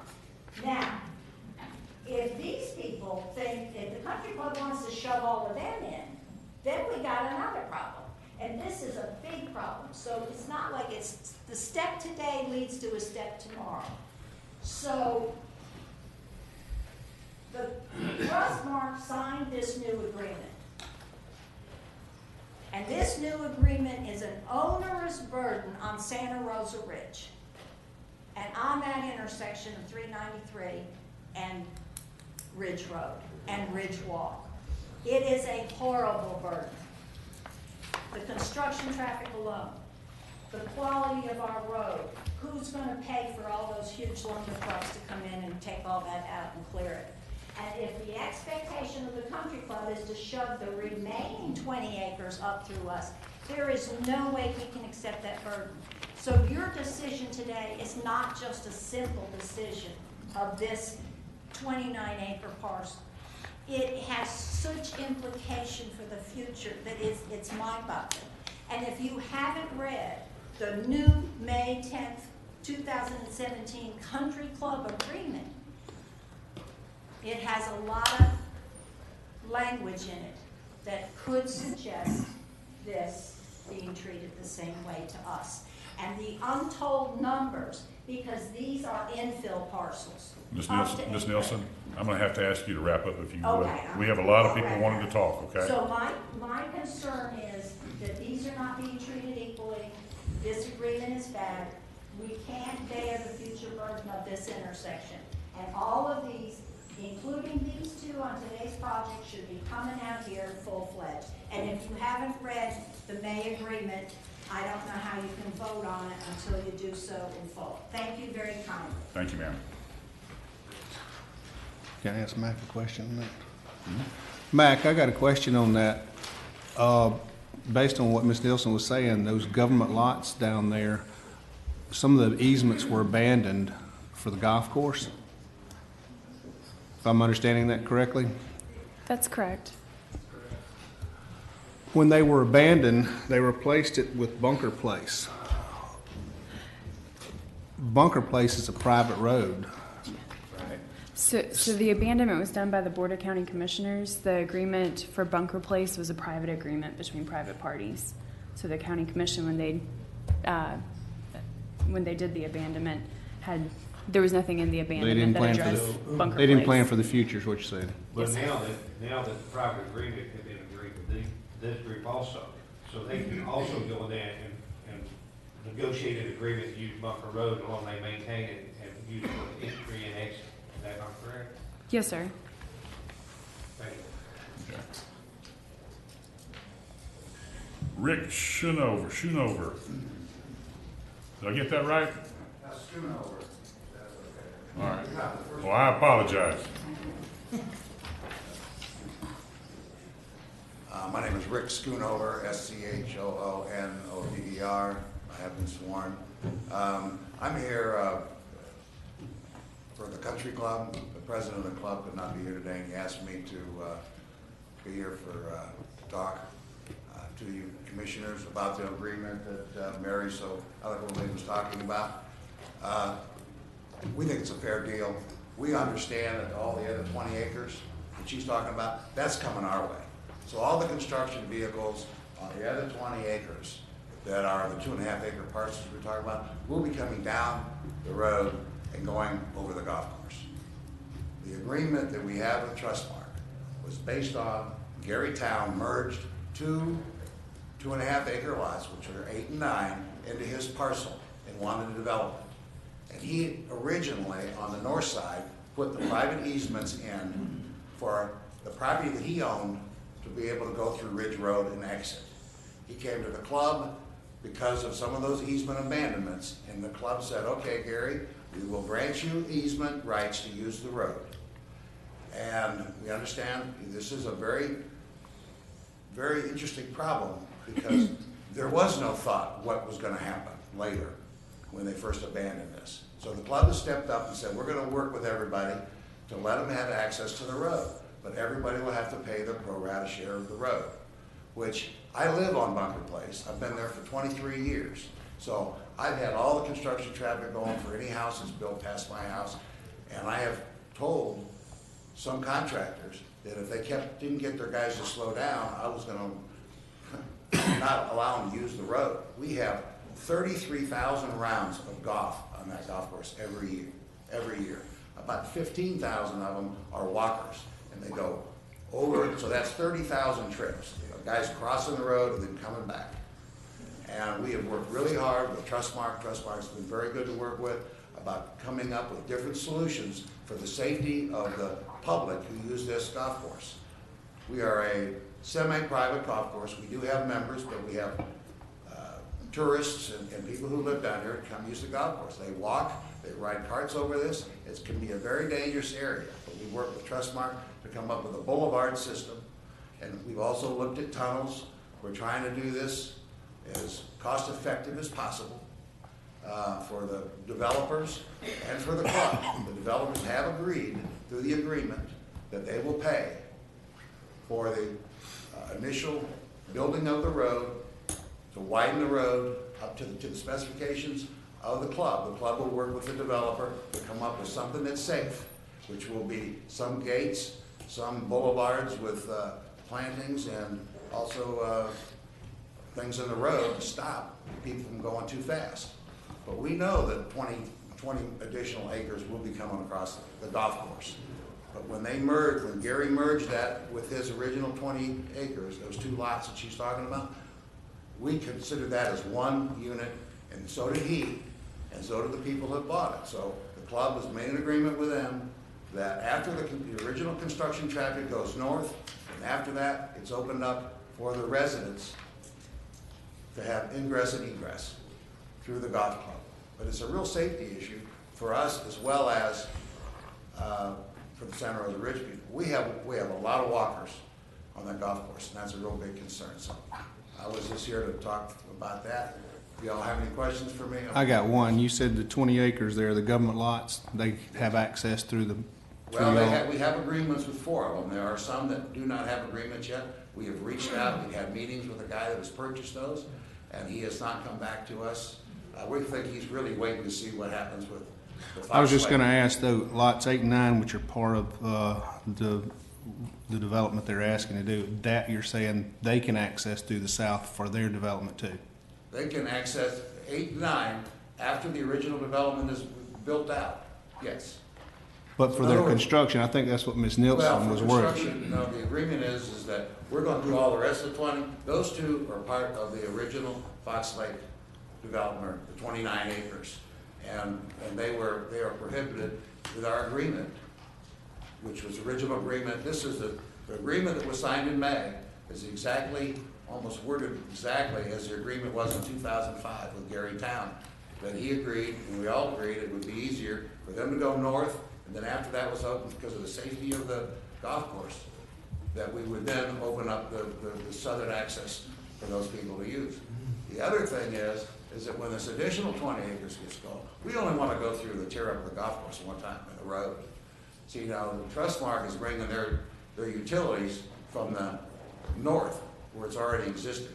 The other people are probably going to have to tear up the road and bring water and sewer over Bunker Place through the golf course. And so the thought process when we negotiated this was, that's going to be later. We're going to be all torn up for God knows how many years when they start doing that 20 acres. And so it made sense to us that the original developer would go north and the secondary stuff would go south after we got the water and sewer. So, I mean, there is compromise everywhere in all these deals. And we all know that you guys got a big job, but we have a big job trying to protect our members and the people that live on in Hideaway Cove and people who have been there. I've been there 23 years, there's 6 houses. Now all of a sudden, you're gonna have the 79 units coming by my house from this, and then a whole nother 20 acres coming by. I'm not gonna like that either. But, you know, we compromised for the best we can for everybody involved. So. Well, the problem is we've got to try to solve a problem when they abandoned those easements to begin with that they didn't take into account. Well, I understand that as well, but I think that this agreement that we have put in place, Mary makes some very good points, but it's gonna end up being fair for all. Because sooner or later, the other 20 is they won't be going through Santa Rosa Ridge. They don't have access. Thank you, sir. It's gonna be going south. Thank you. Any other questions? Karen Schoonover. I got it right that time. I guess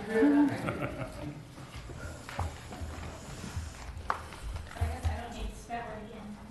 No, ma'am, that's fine. Okay. May I move this over? You sure can.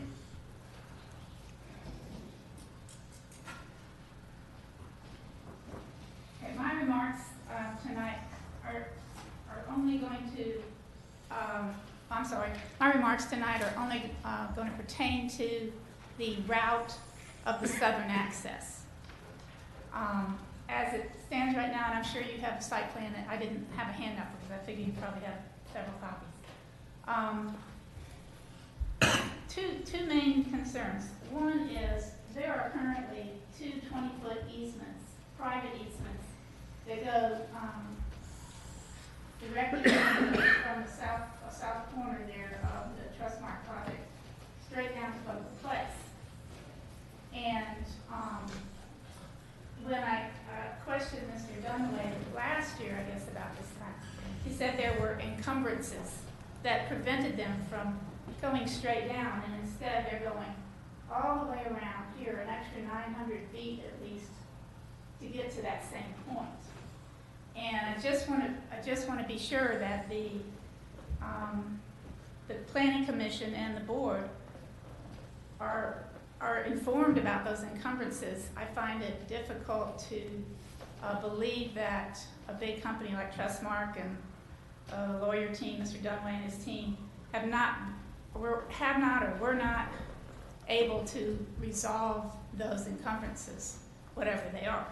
So I would encourage, if you all don't already know what those are, I think it would be interesting to find out.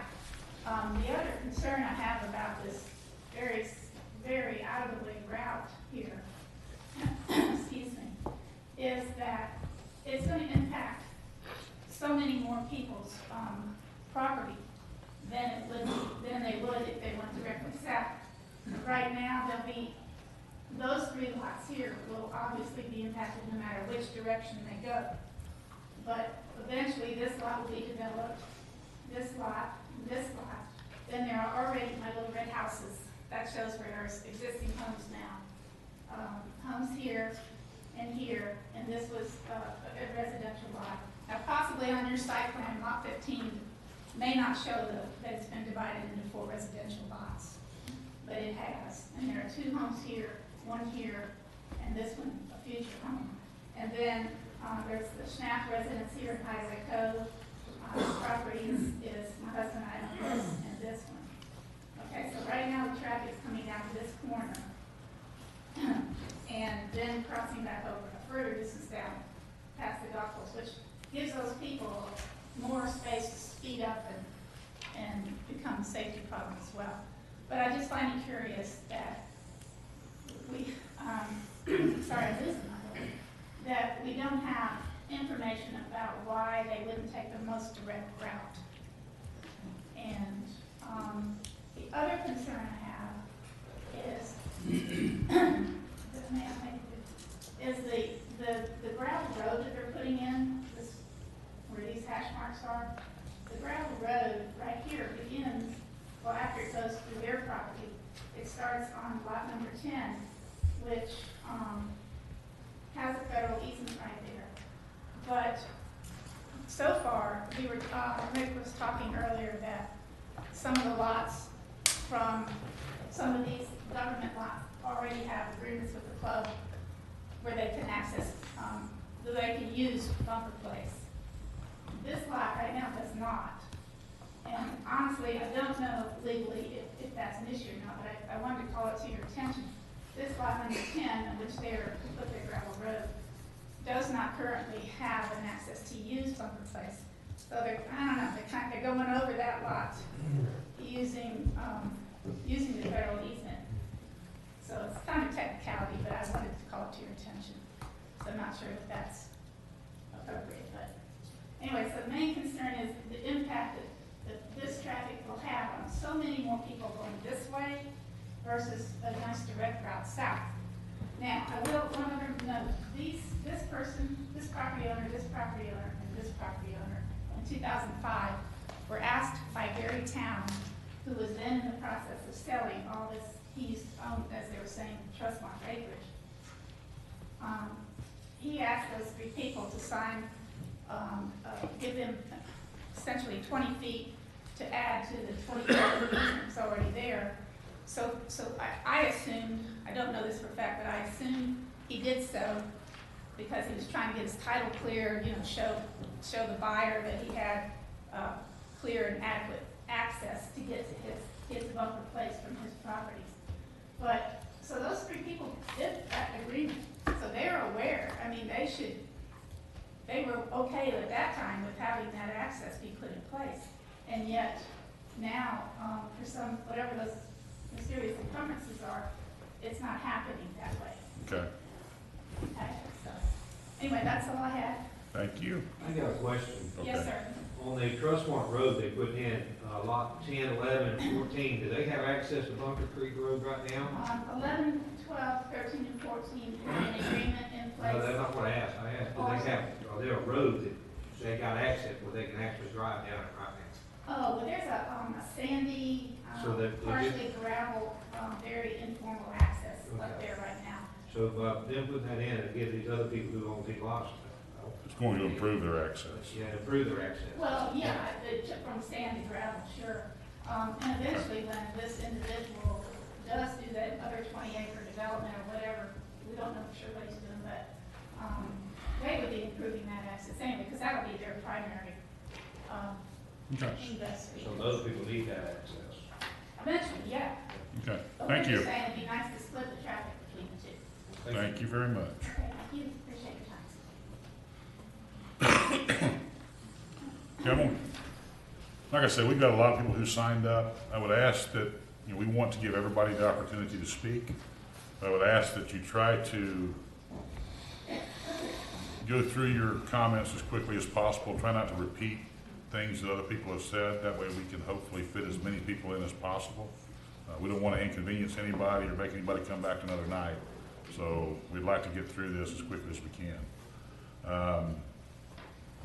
What's that say? Arno Lutz? Yeah. Did I get it right? You got it right. Right. That's a win. Mark one for me, okay?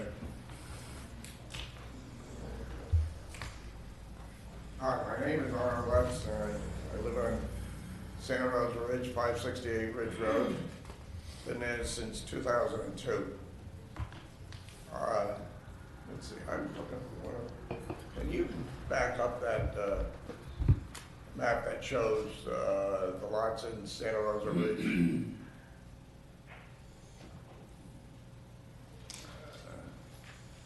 Probably too small for you to see it. Too small for me to see. Yeah, that's.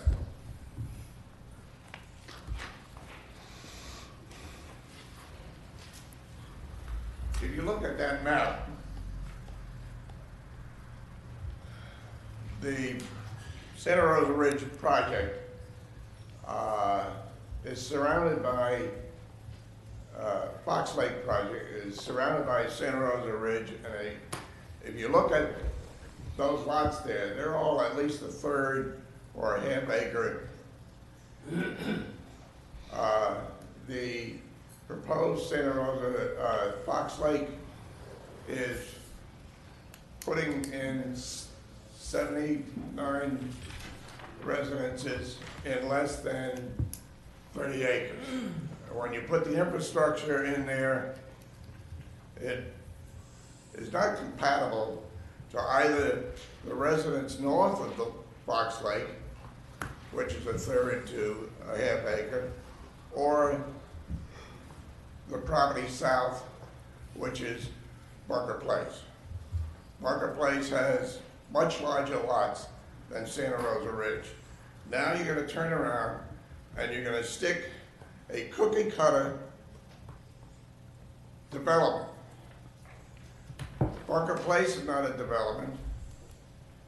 There are residential homes, large residential luxurious homes. Santa Rosa Ridge is not a development. It is a community of individual homes, mostly one story, that were built by individuals. And I dare to say that no two homes in that development are the same. Everybody comes in there and builds their own house or buy something that's already built. Now you're gonna put a cookie cutter development in amongst that? That's not compatible. And where you wanna put that development is sandy area. To the south of it, you have the lake, which is part of the water retrieval system from Bunker Place through the golf course, Oyster Lake, out to the Gulf. You have wetlands at the west end of Fox Lake development. You're gonna fill that in? I mean, what happens to the water when you have another 100-year rain? Bunker Place had water intrusion during that rain. And you're gonna stifle the outflow from that place? I don't think you really wanna do that, do you? I asked you to rethink this project and make it compatible to the surrounding area. Third acre, half acre, acre, and let them build what they can, and let's not put a, I won't use the word, let's not put a development in. Thank you for your time. Thank you.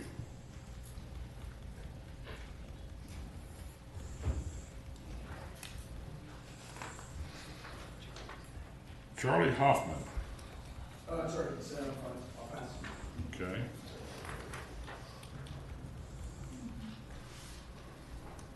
Tom Scarrett? Tom Schnapp, yeah. Schnapp. Schnapp, okay.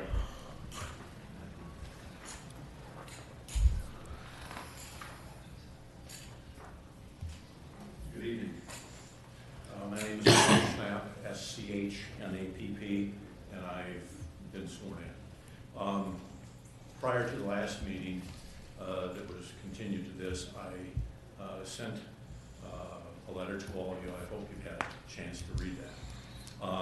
Just a few points, and then I'll get out of your way. Karen Schoonover spoke about the routing of the current proposal, the 18-foot wide gravel road going 900 feet, 1,000 feet around several other lots, intruding on more houses and undeveloped lots, which will be houses, versus a very direct route. I would suggest a very direct route ought to be chosen. Second point, in the development, they describe a secondary road, that this road to the south will be a secondary road and will be 18-foot wide gravel. I would like the developer and the commission to define for us what is a secondary road. Quantify that. Tell us how its use will be measured, and when it's found its use is no longer secondary, how will there be enforcement to make it back to secondary? We'll get to that at the end. We'll let them answer that at the end. Okay. Human nature, being what it is going to look to use that road direct to the beach more than 40%, as suggested. 18-foot of gravel isn't wide enough hardly for two cars to cross or pass each other. Before long, that road the gravel will be swept out. Somebody will say we need more gravel. Before long, it's not 18 foot, it's 24 foot. And before long, someone says, let's pave it. And now this is a regular road and no longer secondary. So I would propose that whether that route comes, their proposed route, which happens to come through our yard, is used, or whether it's the direct route along Gary Towns' property, that road be limited as secondary to only golf carts, pedestrians, and bicycles. You're talking about the route that they're proposing now, only be? Yeah, that secondary route, because I believe we learned last week from somebody that because it's only 79 houses, the fire department says you no longer need two roads. I think that's a government easement, though. That's not the point. The point is that it's not required, so why do you even have to have that road for automobiles? You dump all that traffic out on this Bunker, or on Allen Loop off Bunker Place.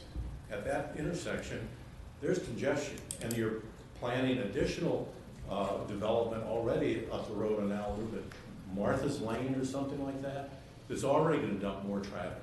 Allen Loop, they're paving it now, not making it any wider. No shoulders.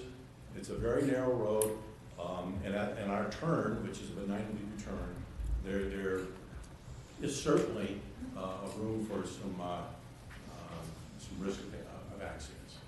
But anyway, I recommend two things. One, use the alternate route, the more direct. Two, limit the secondary road, quote unquote, to bikes, pedestrians, golf carts. Where's your house at? 105 Bunker Place Drive. It's at the corner where it intersects, their gravel road intersects Bunker Place. Thank you, sir. Thank you. Questions?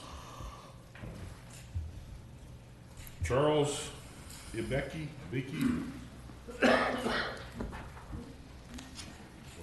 My name is Charles Ebeke, E-B-B-E-C-K-E.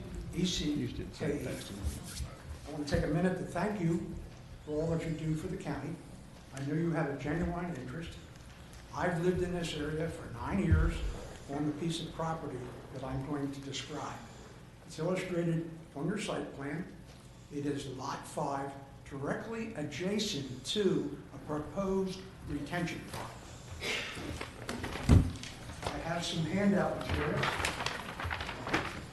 Pass these on to you and off to the board, please. Sir, could you provide Mr. Dunaway with a copy of that?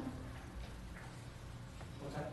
Would you provide a copy to Mr. Dunaway, the attorney for the applicant? Would you like to enter this into the evidence? Well, or you into can the give record? me one if you like. I have no problem with that. Well, we have to find out if we're going to enter it into evidence. We have to find out if Mr. Dunaway has an objection. It's already in Appendix A. Okay. Okay?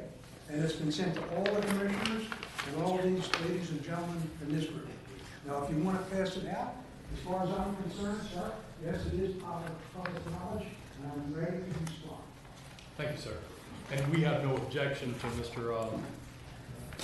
Ebeke's exhibit. Thank you. So I suggest we make this Objectors Exhibit 2. Accepted. Well, once again, back to the subject area. I have 3 areas that I'm very concerned about. I'm concerned with the development density. And the developer talked about it. And he said how they've decreased the density over the years with each proposal. They're on the right tracks. There's no question about that, okay? What they need to be at is about 40 houses. 40 houses that look like the neighborhood. Right now, as we speak, the cost of the houses in our neighborhood are selling for over $700,000. That means that if you built nice houses on this pristine land, you could get $1 million for it. No trouble at all. Now, if you did that, that would resolve most of my issues with public safety and traffic. The second thing that I'm concerned about is drainage. As you well know, this is referred to as the Fox Lake Basin. Why is it called that? Because it catches all the water that drains through the neighborhoods into that area out to Fox Lake, or excuse me, not Fox Lake, but Oyster Lake. Oyster Lake, as you well know, is in fact a dune lake. It should be preserved. It has some real management problems. Now, why is that important to this neighborhood? Because the infrastructure that surrounds Fox Lake is deplorable. It has drainage problems. The 2 lakes that drain into the Fox Lake Basin are in fact inadequate. They don't have the proper pipage under the roads to travel through and out to this complex. Oftentimes, and I have lived here for 9 years, I've experienced 25 to 27-inch rains. Fox Lake, or excuse me, Fairway Drive closes down. You cannot move. So before any infrastructure changes should occur, these new pipes should be put in under the roads and through the woods. Now, as far as the retention ponds are concerned, my lot 5 right here, as you can see, is right at the edge, 10 feet off of a retention pond.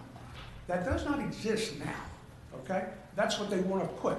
In other words, if I go 10 feet over my property line, and there's also a drainage easement involved in that, I'm going to be into a swimming pool. And that's just not appropriate, number one. Number two, there goes the resale value of my property.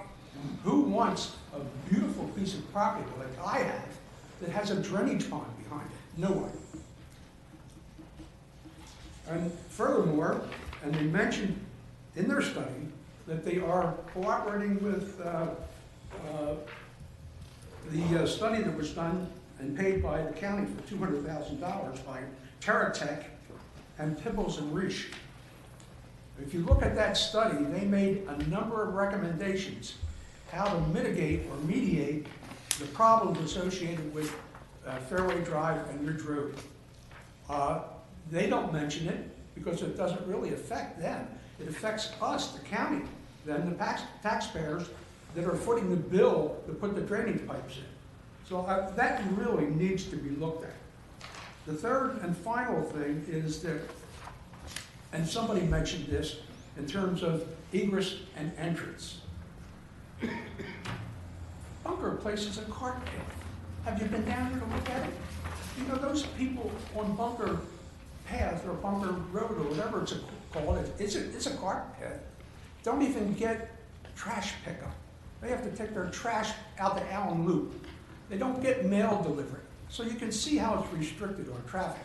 And to use that as an entrance into this development is totally wrong.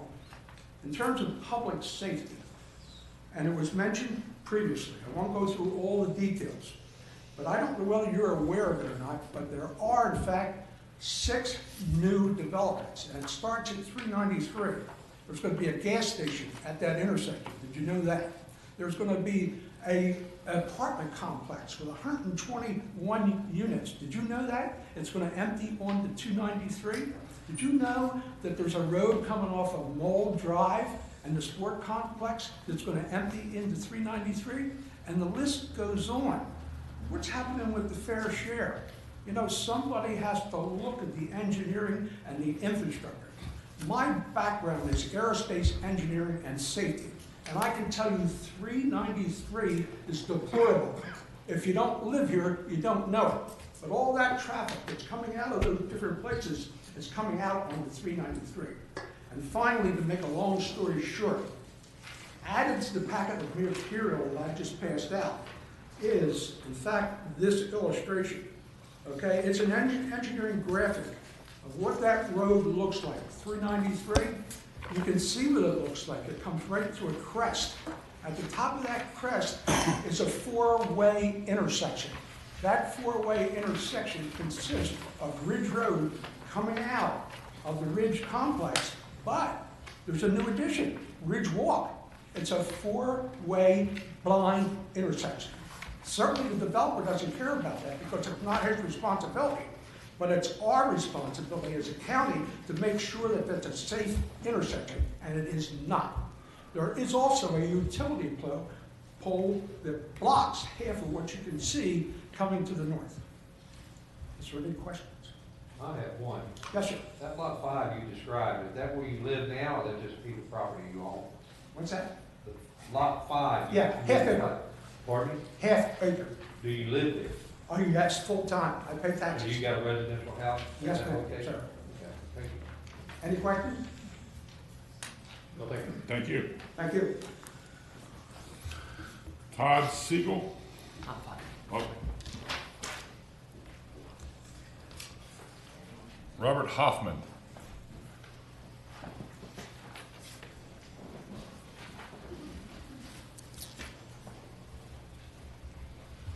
Good evening. Robert Hoffman, H-O-F-F-M-A-N. I'm a full-time resident and reside at 350 Fairway Drive, which is all the way down at the end of the cul-de-sac. I've been before the commission twice before, in June of 2016 and November of 2015. Most of my objections back then were about density, and thank you for your role in scaling this project to something far more reasonable. So thank you for that. I am not I'm not anti-development at all, but I am very pro-safety. All of my previous concerns had to do with what the prior gentleman talked about with traffic.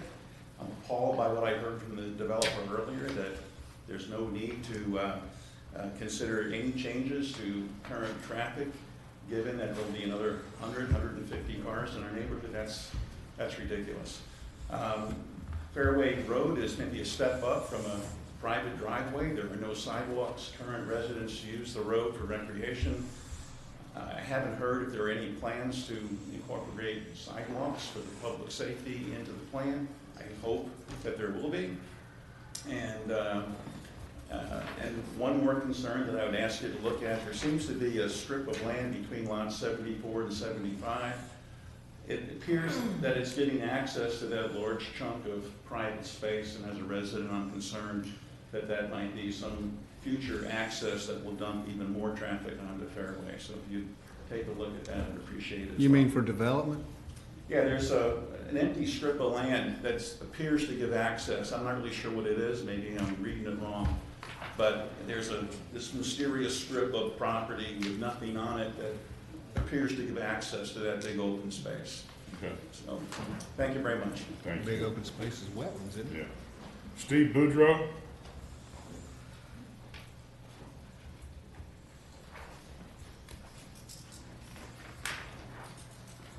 Good evening. Steve Boudreau, B-O-U-D-R-E-A-U-X, 53 Bryan Circle, and I have been sworn. I just want to emphasize the safety issue. First of all, I want to thank you. I was here last time and listened to what you had to say about particularly right versus legal, and I hope you use that kind of sense with our positions from here in our neighborhood. My concern is mainly safety. I am not naive enough to think that we can block development. We have a beautiful area, and it's going to get developed. What I ask of the board, the commission, is to provide us with the safety aspects to take care of it. As was just mentioned, there's no mention of any sidewalks. We have a neighborhood that's used by walkers, by bicyclists, people with strollers. I know I go out with my grandchildren both ways.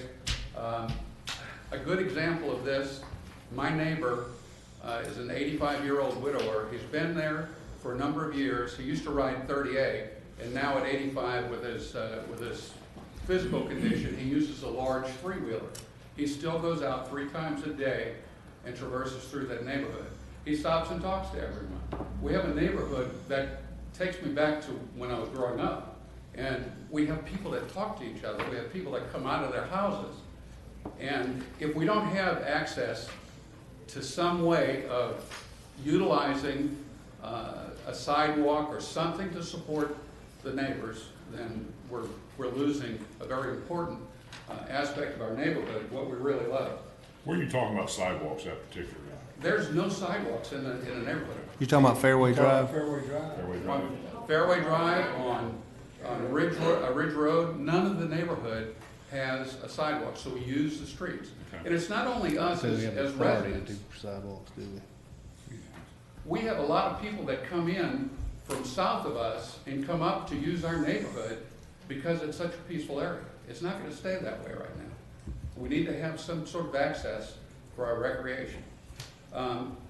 When we talk about 393, that concerns me very much because I know that they've done studies. They can use numbers and do whatever they want with the numbers. But it's not giving the true aspect of what we face going in and out of that subdivision. It has visual impairments because of that ridge. There's trucks that end up parking on either side of the highway that block it. It's easy to come south from 98 and turn into our subdivision because there's no problem with that with the ridge. But if you're coming from the south and you want to turn left, the traffic flies over the ridge. I've heard proposals that they would change the speed limit and reduce it. I don't think putting a school zone in there is gonna slow down the traffic to where it's gonna make it safe enough. So I think more study needs to be done about the need for those turns. And like I said about the numbers, I heard great numbers coming from them saying that it's only gonna be 2.6 houses per acre. Well, that's not what the footprint has. When you go to the footprint, I'd say it's about half of that, 29 acres is being used by the 79 parcels, and that it's really closer to about 5 or 6 houses per That's acre. measured for the development. That's for the development. Right, for the acreage. That's the total acreage. Right. And, you know, that's not, it's 45-foot front lots. So, you know, it's nowhere near the same that we have north and south of that subdivision. I appreciate everything that you're doing for us, and I hope you take our comments. I got a question for you. You talking about the Fairway Drive, that's a county maintained road, obviously. Have you talked to the county commission about the bypass or anything like that? And requested some funding or some thought to it? I haven't gotten into that yet because, you know, it was discussed in the technical review, and there was a question made about, is there room for sidewalks? Well, do you feel that these neighbors you described earlier would be willing to yield to deed the land to the county for the sidewalk? I'm not sure if when I looked at, in my walking through the neighborhood, and looking at the survey spots that have been in the neighborhood, there appears to be a significant amount of setback off of the road where the corners of the property is located. So you think there's right of way there available? Maybe? I believe, but I have not gone into So we contact the county commissioner and request that. Yes, sir. That, and along with talking about all the other things, we talked about 393. Right. And to try to get out of 393 onto 98 is a horrible situation as well. I think those engineering studies on that, though, provided to the county's engineers to look over that to confirm that the traffic studies are done correctly. So I just think that county's engineers would have looked at that and to make sure it was accurate. I agree. I think you presented to them and stuff like that, and look at their data, you'll find that they've got probably good resources to go by to determine all this. My only resource is visual when I pull up to that intersection and try to use that intersection. Well, it actually happens, right? Yeah. Thank you. Thank you so much. Appreciate Thank you. it. Nancy Meehan? Hi, I'm Nancy Meehan. I live at 285 Fairway Drive. My parents have owned the property there since 1983. What happens is there was preservation property behind my home. Now, according to what the county says, the reason for preservation property is to make a separation and to protect the integrity of the neighborhood. Now, what they've done is, I live in lot 12. Okay, that's at the end of Fairway Drive towards the cul-de-sac. Now what they've done is they've reduced the preservation area to what looks like less than 50 feet behind my home. And then to boot, they say that they want to put trails on that. Now that whole thing is incompatible with my home there. I have a half-acre lot. Lot 12 and Lot 13 actually are the highest lots on the ridge. So they want to remove the preservation scrub that is sloping down the hill from my home. And then have these houses, which apparently they could build whatever they want back there. So if they feel like building duplexes, they can put duplexes in. Because it hasn't been established, that's what I was told at the last meeting, it hadn't been established what type of homes would actually go onto that property. So, but either way, it's incompatible. So for them to have preservation buyout of all that property, it's not compatible. And that's what the preservation areas were created for, to create a space between incompatible neighborhoods.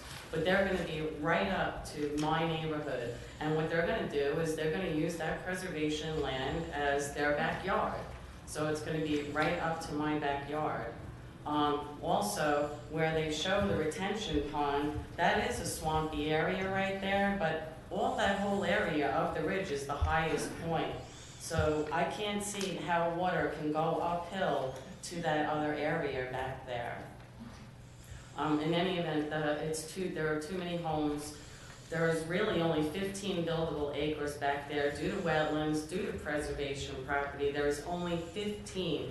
So that's why people keep saying about, oh, 29 acres, 29 acres. You're really talking about putting 79 homes on like 15 buildable acres.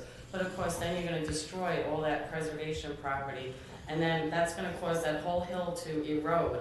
I'm at the top of the hill. I can show you on my property where the sand, because water flows downhill, so does the sand. It flows downhill, and then of course you have the wind that blows the sand around. And that's that whole area, that's all what that is, that's all sand dunes. So by removing all that, that's holding that slope in place. And then if they come and fill it, just like this other gentleman said, it's like you're gonna have the pond right behind your home. I don't know, that might affect the water table as well. Are they gonna fill right behind where my home is? You know, no matter what, it's not compatible. And they shouldn't be allowed to have that preservation buyout up there. Because from what I read in the county, the preservation areas were put in by the counties to protect the integrity of the neighborhood. By letting them buy it out, it's not protecting mine at all, and I could see it, everything just going downhill from there. Thank you. Thank you. Amanda Schmidt.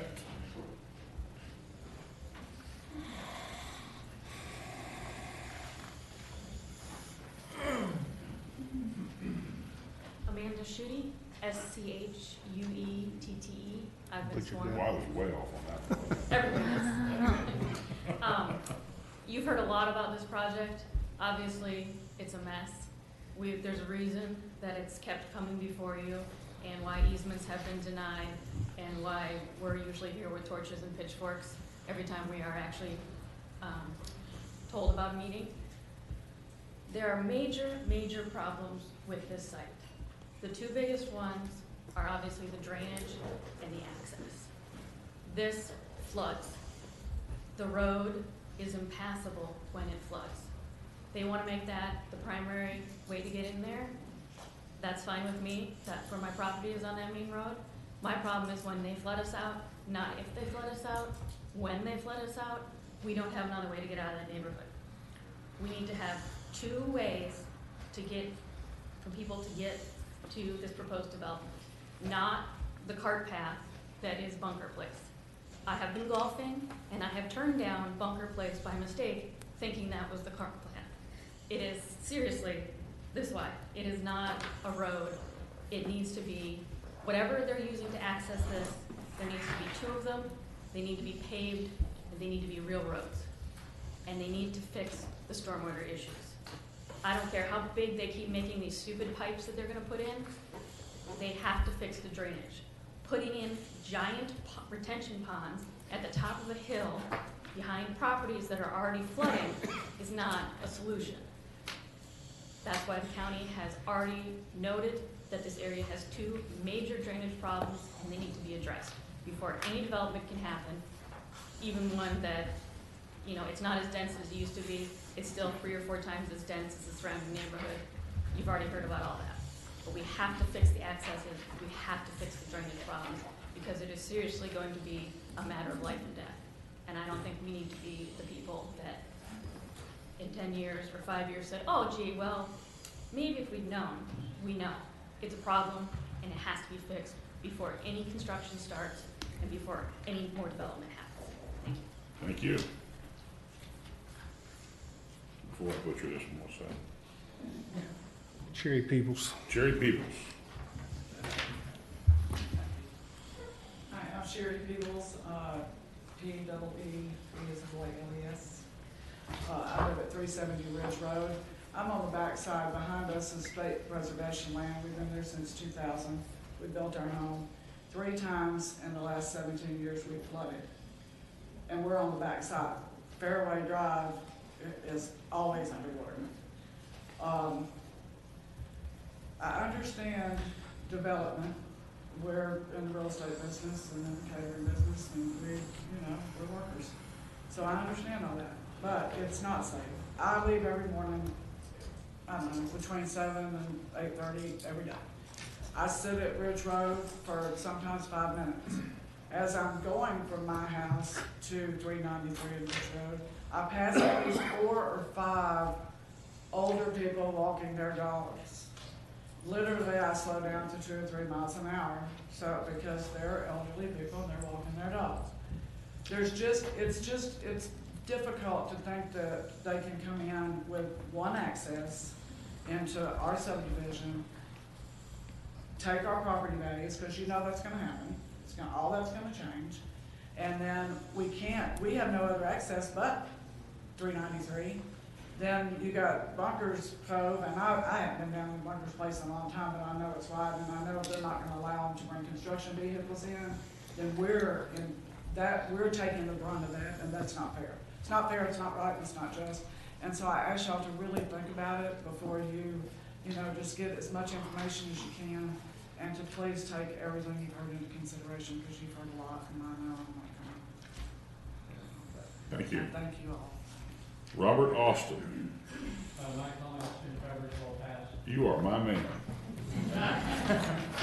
And I saved the best for last, of course, Mr. Robert Hudson.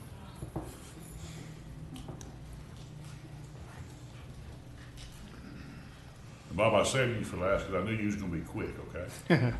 I'm only going to cover out of a 6-page document that I have, a couple of items that Teddy have not been covered. Okay. Everybody has talked about the access through Ridge Road to 393.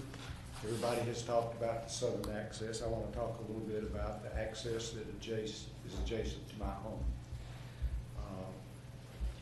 Everybody is aware Ms. Nielsen did an outstanding job of kind of tracing the history of Santa Rosa Ridge. The last edition, as Mr. Town developed, he would develop one section, take the proceeds, develop the next section. That was developed was the Fairway Addition, which is where I live. I live on Lot 4 there, and there is a 60-foot wide public easement that is adjacent to my home. That easement goes within 10 feet of my garage. That's the way it was platted, that's the way it was built. When Gary Towns platted that addition in 1998, within the dedication clause, there is a statement that says all roads, accesses, utility easements, rights of ways, and all those things were dedicated to the public. Pat and I met with Gary Town before we purchased that property from Harold and Frazier in 2001. He built the house in 2000. We talked to him because we discovered through the title search that was done, through the deed that in the survey, we discovered that easement that was there. And we were told, of course, that Mr. Towns owned the property behind Fairway Drive or Fairway Addition. We talked with him, and he told us that that road that was there, platted, would be there within 6 months, that he planned to develop that property behind us within 6 months. So we kind of said, okay, what do we do? How do we get into our home and everything? Because for 16 years, we've had a gravel driveway. Not something that my wife enjoys, not something that I enjoy. So we're very interested in seeing a solution to how we get to our home. In 2007, after waiting 6 years for that development to occur, or that road to be placed in, I approached, and forgive me, Teddy, I don't remember whether it was Mike Lang or Pat Blackshear. But in 2007, I approached those people and tried to close the easement so we could build a driveway. We could have gravel, it cost me money for gravel, but if the road came through, we had, everything that we had within that easement was in jeopardy. So we couldn't put a nice driveway in. Met with them and talked with them, and they told us that there was no way the planning department would recommend abandonment of that easement. That, in effect, would landlock the 24 acres behind our home. I then went and spoke to Commissioner Meadows, talked with her, what her thoughts were about that abandonment, and she told me that she could not support the abandonment of that 30 feet on our property or the 30 feet on Mr. Hadcock's property. We were then approached next. This thing has been going on so long, I may get some of it, the bank loaned, not the bank trust, loaned Mike Senior some money, and Mike Senior planned to develop behind us and went through TRC, but I don't think it ever got anywhere because the bottom fell out about that time, if you understand what I'm saying. That property was ultimately foreclosed on and the bank owns it.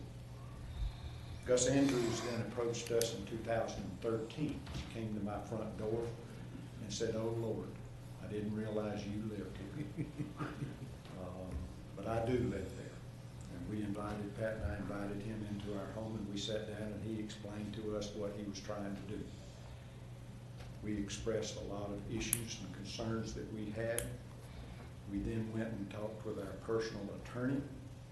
And our personal attorney told us that we had 3 things that we could do. We could do nothing and assume the liability of a public road transversing the land that we own, but land that we did not control. He said you could donate the 30 feet to Walton County. Remove yourself from the liability. The road can go in without any of this. It's just there. The option that we had and ultimately chose was to sell the property to, or offer to sell the property, or agree to sell Mr. Andrews the property. That deal fell through. I don't know the exact details, but I was then contacted by Todd Siegel, Vice President with Francisco Bank, and he said, would we and the adjacent property owners be agreeable to sell the property to the bank rather than to Mr. Andrews if all of the agreements and conditions that we had worked out with Gus Andrews were kept in place. And we once again talked with our neighbors, and then we went and talked with our attorney. Not an ideal situation because you don't know who the developer is. Banks are not going to develop property. They're going to sell property to somebody. So anyway, that deal did fall through, and we're now here, and for 2 years I've been coming to more meetings than this, and I want to. I'm 71 or fixing to be 71 years old. I don't think I'll have to do that. But I do want to make clear one thing. There is 2 parcels between my house and my neighbor, Mr. Hancock's house. Those parcels are not combined. They cannot be combined. When I met with Matt Carpenter and the then county attorney, Mark Davis, we discussed that because one of the concerns that we had was if the development didn't occur, could the owner then combine the 2 lots and build a 60-foot buildable lot? And we were told that could not happen. Okay, I want to go through the conditions that we worked out with Mr. Andrews, and then I believe worked out with the bank because we discussed the road would be centered in the 60-foot easement. My neighbor did not want the road shifted on closer to his house, and I did, and he and I both agreed with that. We also agreed that any stormwater, because there is a county pipe that goes to the back of our property to drain some of the water out of our neighborhood, and that they would either create identical or improve that drainage, which when I look at the plans, it appears that they have done that. We also agreed that no gate. They plan to gate the community. That was Mr. Andrews' proposal, and I understand that's within there today. That no gate would be within 75 feet of the southernmost boundary of lots 3 and 4, and the plans that are presented to you meet that condition. We also talked about buffering, not only behind our home, but behind every lot on Fairway Drive. And you can argue whether it's 100 feet or 50 feet or whatever, what's there is greater than what is required by code, is my understanding. And we discussed that at length. We also talked about no parking or short-term storage of equipment within the newly created road or its boundaries. one of the concerns that we had, once this road begins being constructed, we have no access to our home. I've seen developments, Ridge Walk, where they cut a road and 2 years later, they ultimately got it paved where you could get there. So we had talked about, and I did confirm after the last submission that was not presented, is that the correct word? With Mr. Borsch and Mr. Burgess concerning what Gus and I had worked out was that they would put the road in first, or the public road. That's public. Once you get off of that, it's their desire to make it private. They expressed concern that construction would tear that road up, and they said they would be willing to put the first layer down, if you understand what I'm saying, rather than us having to go through mud hole or whatever it happens to be. Pat and I have retired here. That's what we did. We came here to retire. We've lived here 16 years. We love that neighborhood. There's nobody here that wants to see that neighborhood disturbed or destroyed any more than we do. So I'm asking that anything that is done, I'd also like to say to whoever made the comment that the ditch, the cut, has not been maintained, they're correct. The drainage from Fox Lake that goes south was put in by a friend of mine, Jim Crawford. And as far as I know, in 16 years, no one has dug a tree that's now 16 inches deep or around out of that ditch. Pine cones, raccoons, whatever it happens to be, is there. So if there is drainage issues that are currently there, it's because it hadn't been maintained. I contacted the county trying to get them private property, can't do that. I also have a request that I don't understand why this 18-foot road, 18-foot wide road must be gravel. If you're gonna throw 40% of the traffic, and that's what their traffic concurrency report shows, who in the world is gonna drive across a gravel road? How long is With that gravel road speed gonna bump. last? I'm sorry? So how long is that gravel road gonna last, that much traffic going on? Not very long, and it's not gonna. Bob, I don't wanna interrupt you, but I wanna ask you a quick question on the drainage, since you were just talking about that. Would the plan that this developer has proposed improve that drainage or hinder that drainage that you're talking about like you're at? Teddy, I'm not an engineer, and I'm not gonna stand here and say whether it improves. Just your opinion, you know a lot about this stuff. In my opinion, I do know that they worked with Tetra Tech. The plan that Tetra Tech came up with a score so low, and that because of the cost of acquiring land to put ponds and things of that nature in. I do believe that that will, but I believe the neighborhood now has to approach the county commission and say, if this is developed, a lot of those costs that were associated with improving the drainage are abated to some degree by this development. Okay. Just like they say that we don't want a stoplight, stop sign, or a turn lines. I think what they're saying is we don't have to pay for it. There's a little unknown fact. There's $373,000 within the proportionate fair share account for 393 South. And I'm going to the Board of County Commissioners, and I'm going to ask them. I can't ask you, but I will definitely ask them to use some of that money to improve that intersection. Because as more than one person has said, I understand the mathematics and all the things, but how do you determine that 40% is going south? I don't know. Thank you, Mr. Thank you. Stewart. Thank you, sir. Mr. Husband's the last person who signed up to speak. Is there anybody who has not had the opportunity to speak who would like to?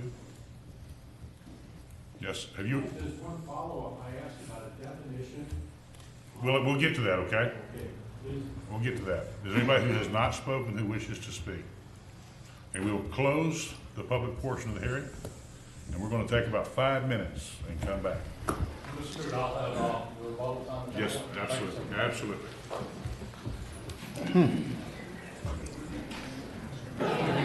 Practice just because you're not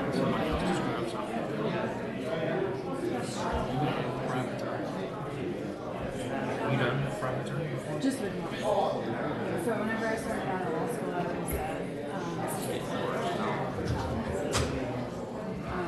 and then I came over and worked in Hammer this hammer again.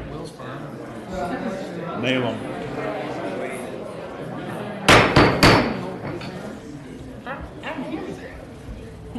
That thing does work sometimes, don't it? Yeah, we're gonna go ahead and get the meeting started again and reopen. You're up, sir. You got a lot of questions to answer. Yes, sir, thank you. Again, well done, I have been sworn.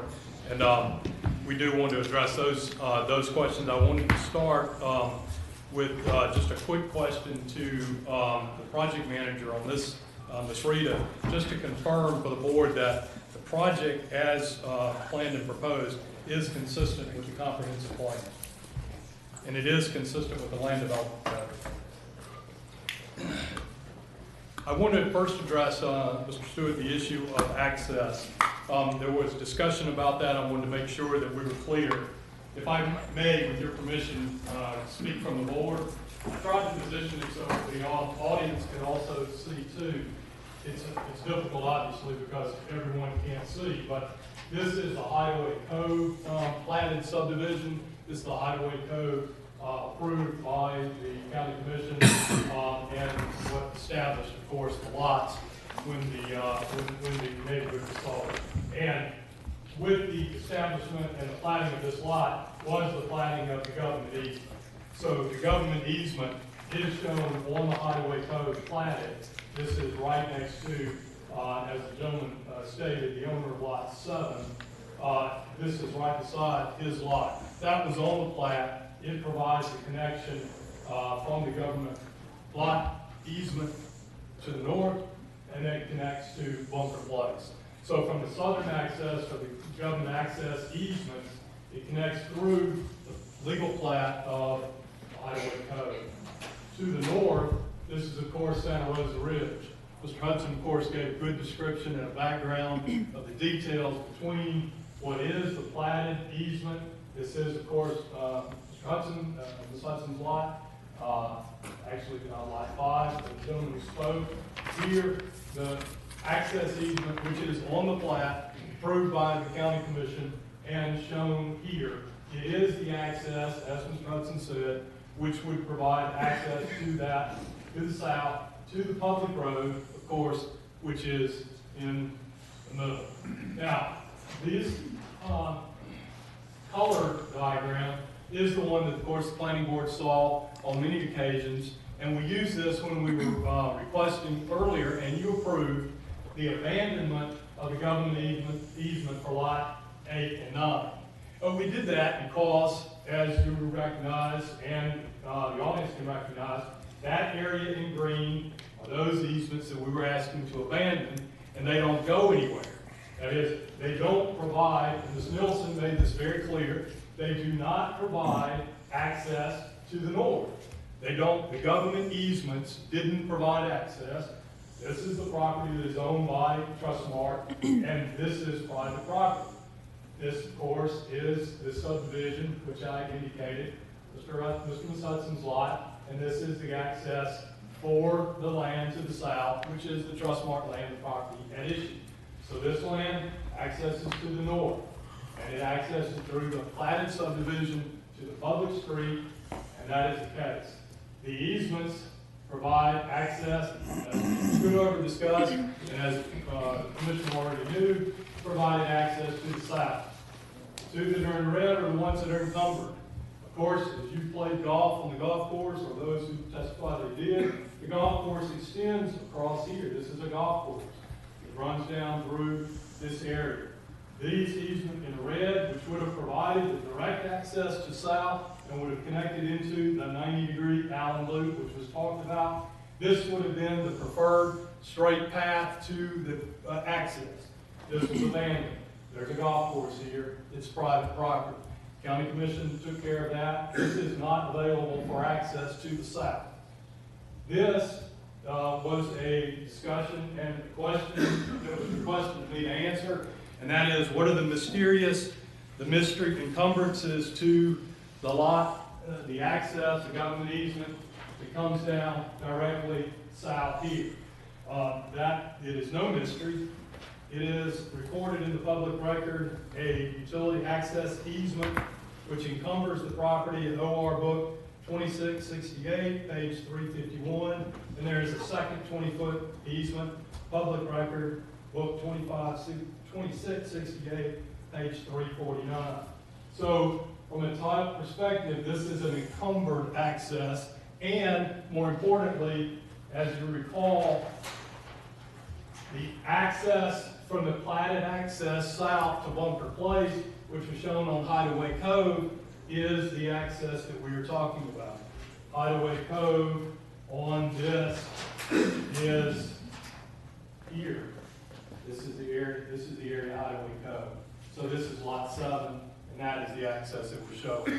So this is how we get to Bunker Place.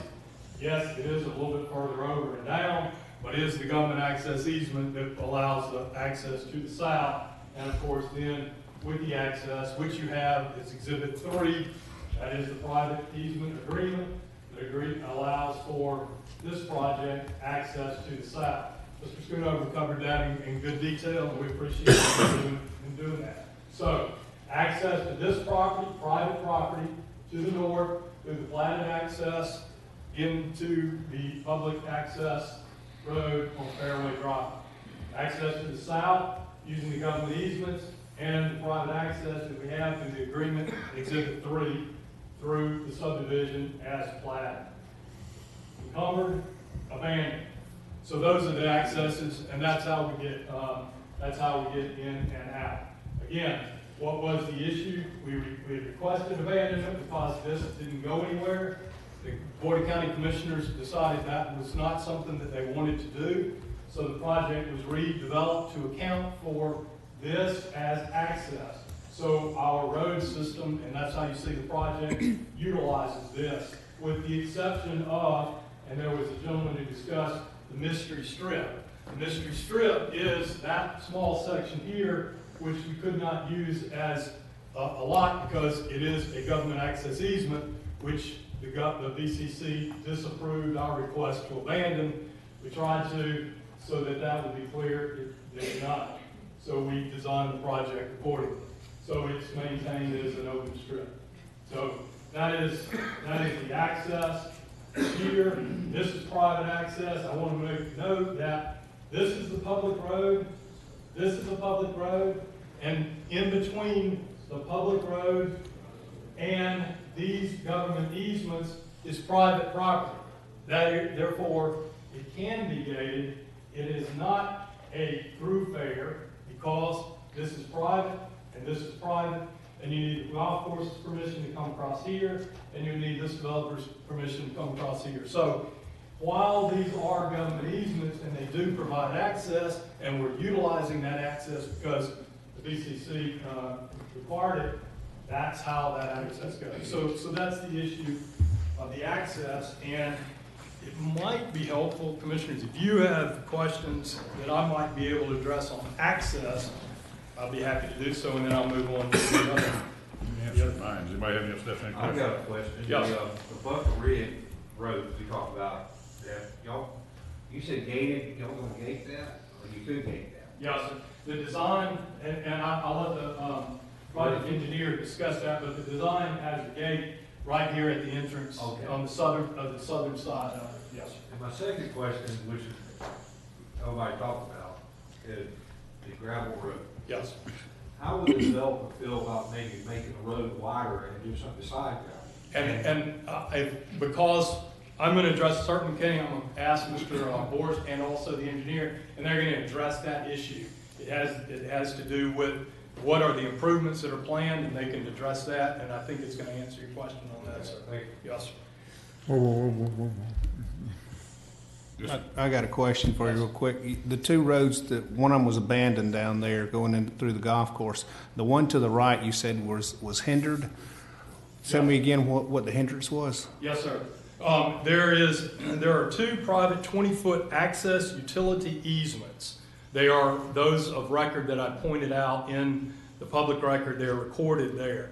They provide they provide a private utility and private access. That now it is. Ms. Schoonover said, well, we probably could go. We're a big company. You try to go and you try to buy them out. The issue of that is, one, that was a difficulty it was something that we didn't choose to overcome, and two, and the engineer can address this better, but when you see the plan, you will see that if you're familiar with Bunker Place, this is the turn, this is the golf park, this is the golf park path. So you come into the turn and where the golf course path is, and you'll also know that, as the Schoonover correctly pointed out, this government lot has been subdivided such that there's a small lot here, and a house here, and then this is an odd lot. This odd lot here goes all the way down to here. So you're really getting closer to already structures that are already there, and it's very low. That's a very low section. So That was a government lot, that 15 and 16 is what you're talking about between right there. 15, right, 15. Wouldn't that have been an access or an easement through there, a government easement, as all these lots have around them? Oh, yes, sir. All of these government lots, each of these government lots, all conveyed with the 33-foot access easement. And these were abandoned. Was that one abandoned? This one is not abandoned. No, sir. It is encumbered by the two legal documents which I pointed out. How did they encumber a government access? That's a really, really good question, Mr. Lee. And I wasn't engaged to figure that out, but it encumbers them. And that's a good question, though. So that issue addresses the issue that the staff raised with regards to what is the access and the access from in the government lots internal and south and north. Could I ask the planning director and the county attorney what's the count? Because I read somewhere where y'all disagreed with that about the gate, that there could be gates. So could you, either one of you, explain that? I think Rita's comments in her staff report, where she had some concern and she wanted the applicant to address the issue of the gating. And I think the applicant has given his explanation on that. What I would suggest, so it's my understanding that the gate to the north is completely on private property, so I don't think that we could really bar them gating that location. The gate on the south end is at the corner, I think, of government lot 9. What I would suggest, if you guys have concerns about that gate, is either as a condition of approval, ask them to remove it, or you could suggest that it be made clear that we're in no way abandoning the easements on lots 8 and 9, and make it clear that at any time the county could remove that gate if it deemed it necessary, because those are still patent easements that we have an interest in. Yes, and the county attorney and I discussed that, and of course, that is absolutely the case. It is the county controls, and we have in other forums discussed the issue of the government access, and it's clearly established that the county controls the government access easements. That's why you have to come through this board and then ultimately to the BCC if you're requesting any abandonment of them, because it is firmly established that the county controls that and what goes on. So you're planning, are you not planning on putting gates in then? we are planning to put gates, yes, sir. And what the county attorney was saying is, if the county at some point in the future made the determination that for whatever reason they needed those gates to go away, then the county has that authority to make that happen. The gate on the south end that's in the easement. It could also be a condition of approval. Yeah, I mean, we can make it explicitly clear in the development order that the gate could be removed at the county's discretion. Okay. Yes. Anybody else have any questions right now? I got one more. I know Mr. Hudson was talking about the north access there, and he stated, I think before, that one of his requests was that there be no gate on the front or on the north side up there. And I think that was agreed to on our last approval. Yes, sir, and I don't want to mischaracterize what Mr. Hudson said, but I believe he said the agreement that he had was that the gate would not be closer than 75 feet to his lot, and that is the way it is planned. And in fact, it was redesigned so that it goes straight up and down and not at an angle to minimize any impact. So I believe, and I'd like, actually that'd be helpful to clarify, that all of the conditions that Mr. Hudson talked about have been met. And those have been agreed to. I believe he said that when he was up. Yes, Okay. that was my understanding too.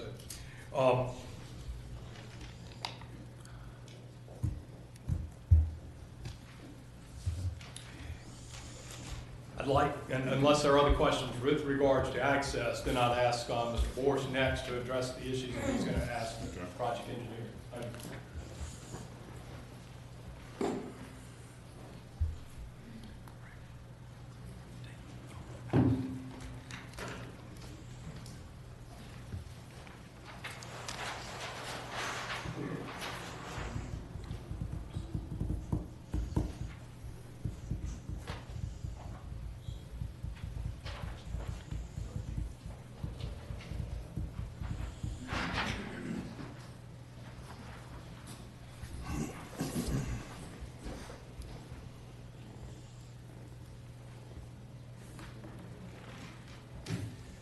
First, I'd like to start with discussing the improvements to Bunker Place.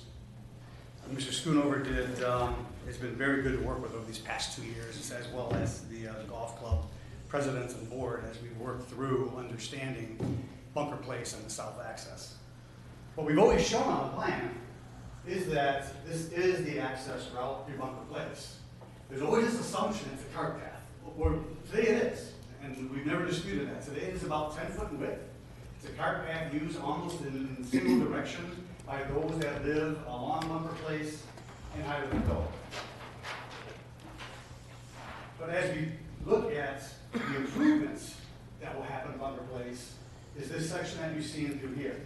This is working within the 33-foot right-of-way that Bunker Place is. We are looking at improving it to, at a minimum, an 18-foot asphalt road, so that we have directional ability.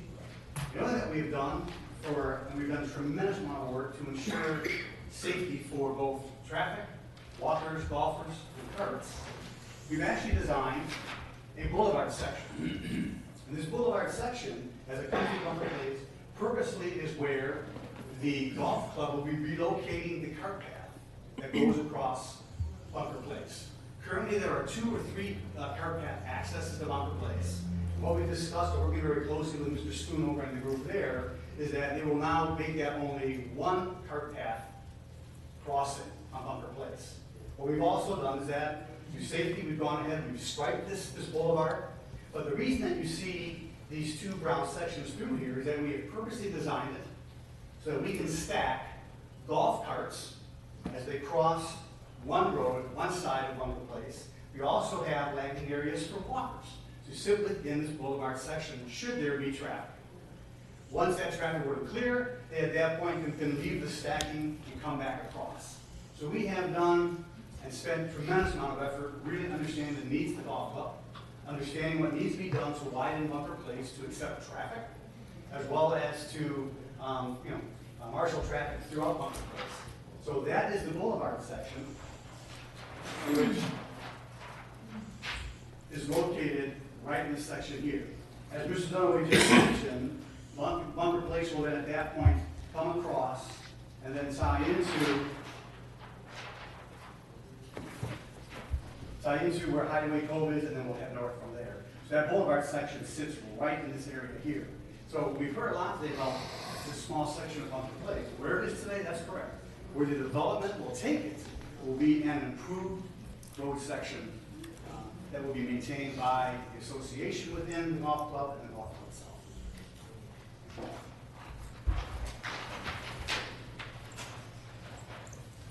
The second item I'd like to address has to do with compatibility. I do want to make this statement early on, and that is this project, this land is now zoned as low-density residential.